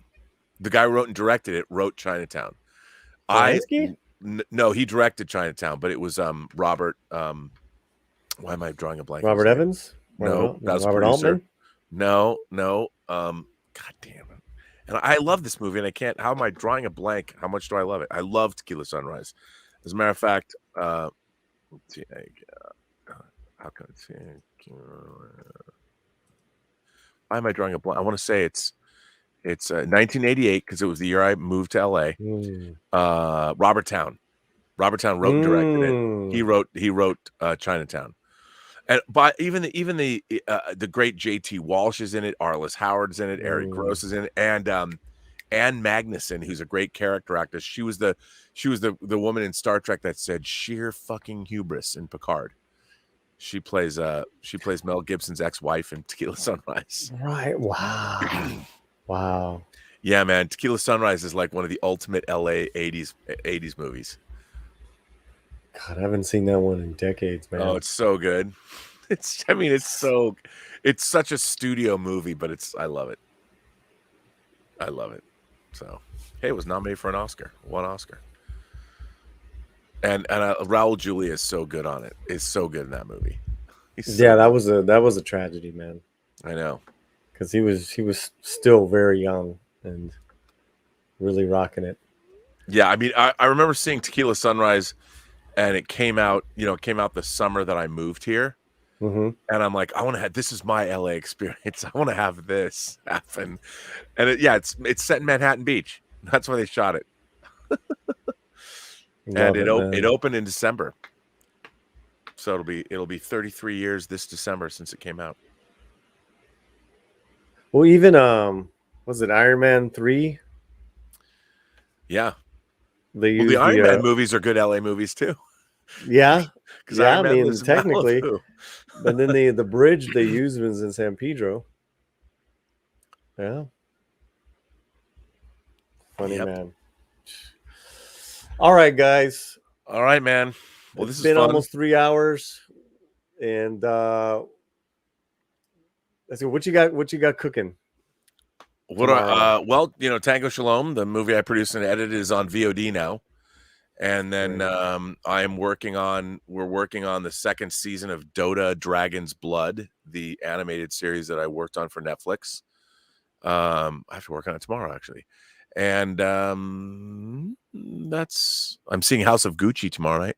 Can't wait to see that. Ooh, nice. But other than that, that's about it. Well, you know where to catch Robert. And thanks again, my friend. Thanks to all the new members and all the super chats. Thanks for hanging out. Hopefully you're entertained for almost 3 hours, because I know I was. Me too. Who knows? It's like this conversation was like a Friday night in LA in the 90s. You just never knew where you're gonna wind up. We just barely scraped the surface there, my friend. Yeah, next time we have to invite some women on the stream. I know, right? I want to hear their stories. Oh my God. Oh my God. All right, guys. We'll see you soon. Be well, everybody. And if you're a member of the channel, you'll see your name on the closing credits. But not the new people. We'll get you on there. Peace. Come on, y'all. Come on, y'all. Come on, y'all. Slant. Yeah, but isn't this the unplugged version? I don't know. I think it's the unplugged version. All right, Paulie, let's go.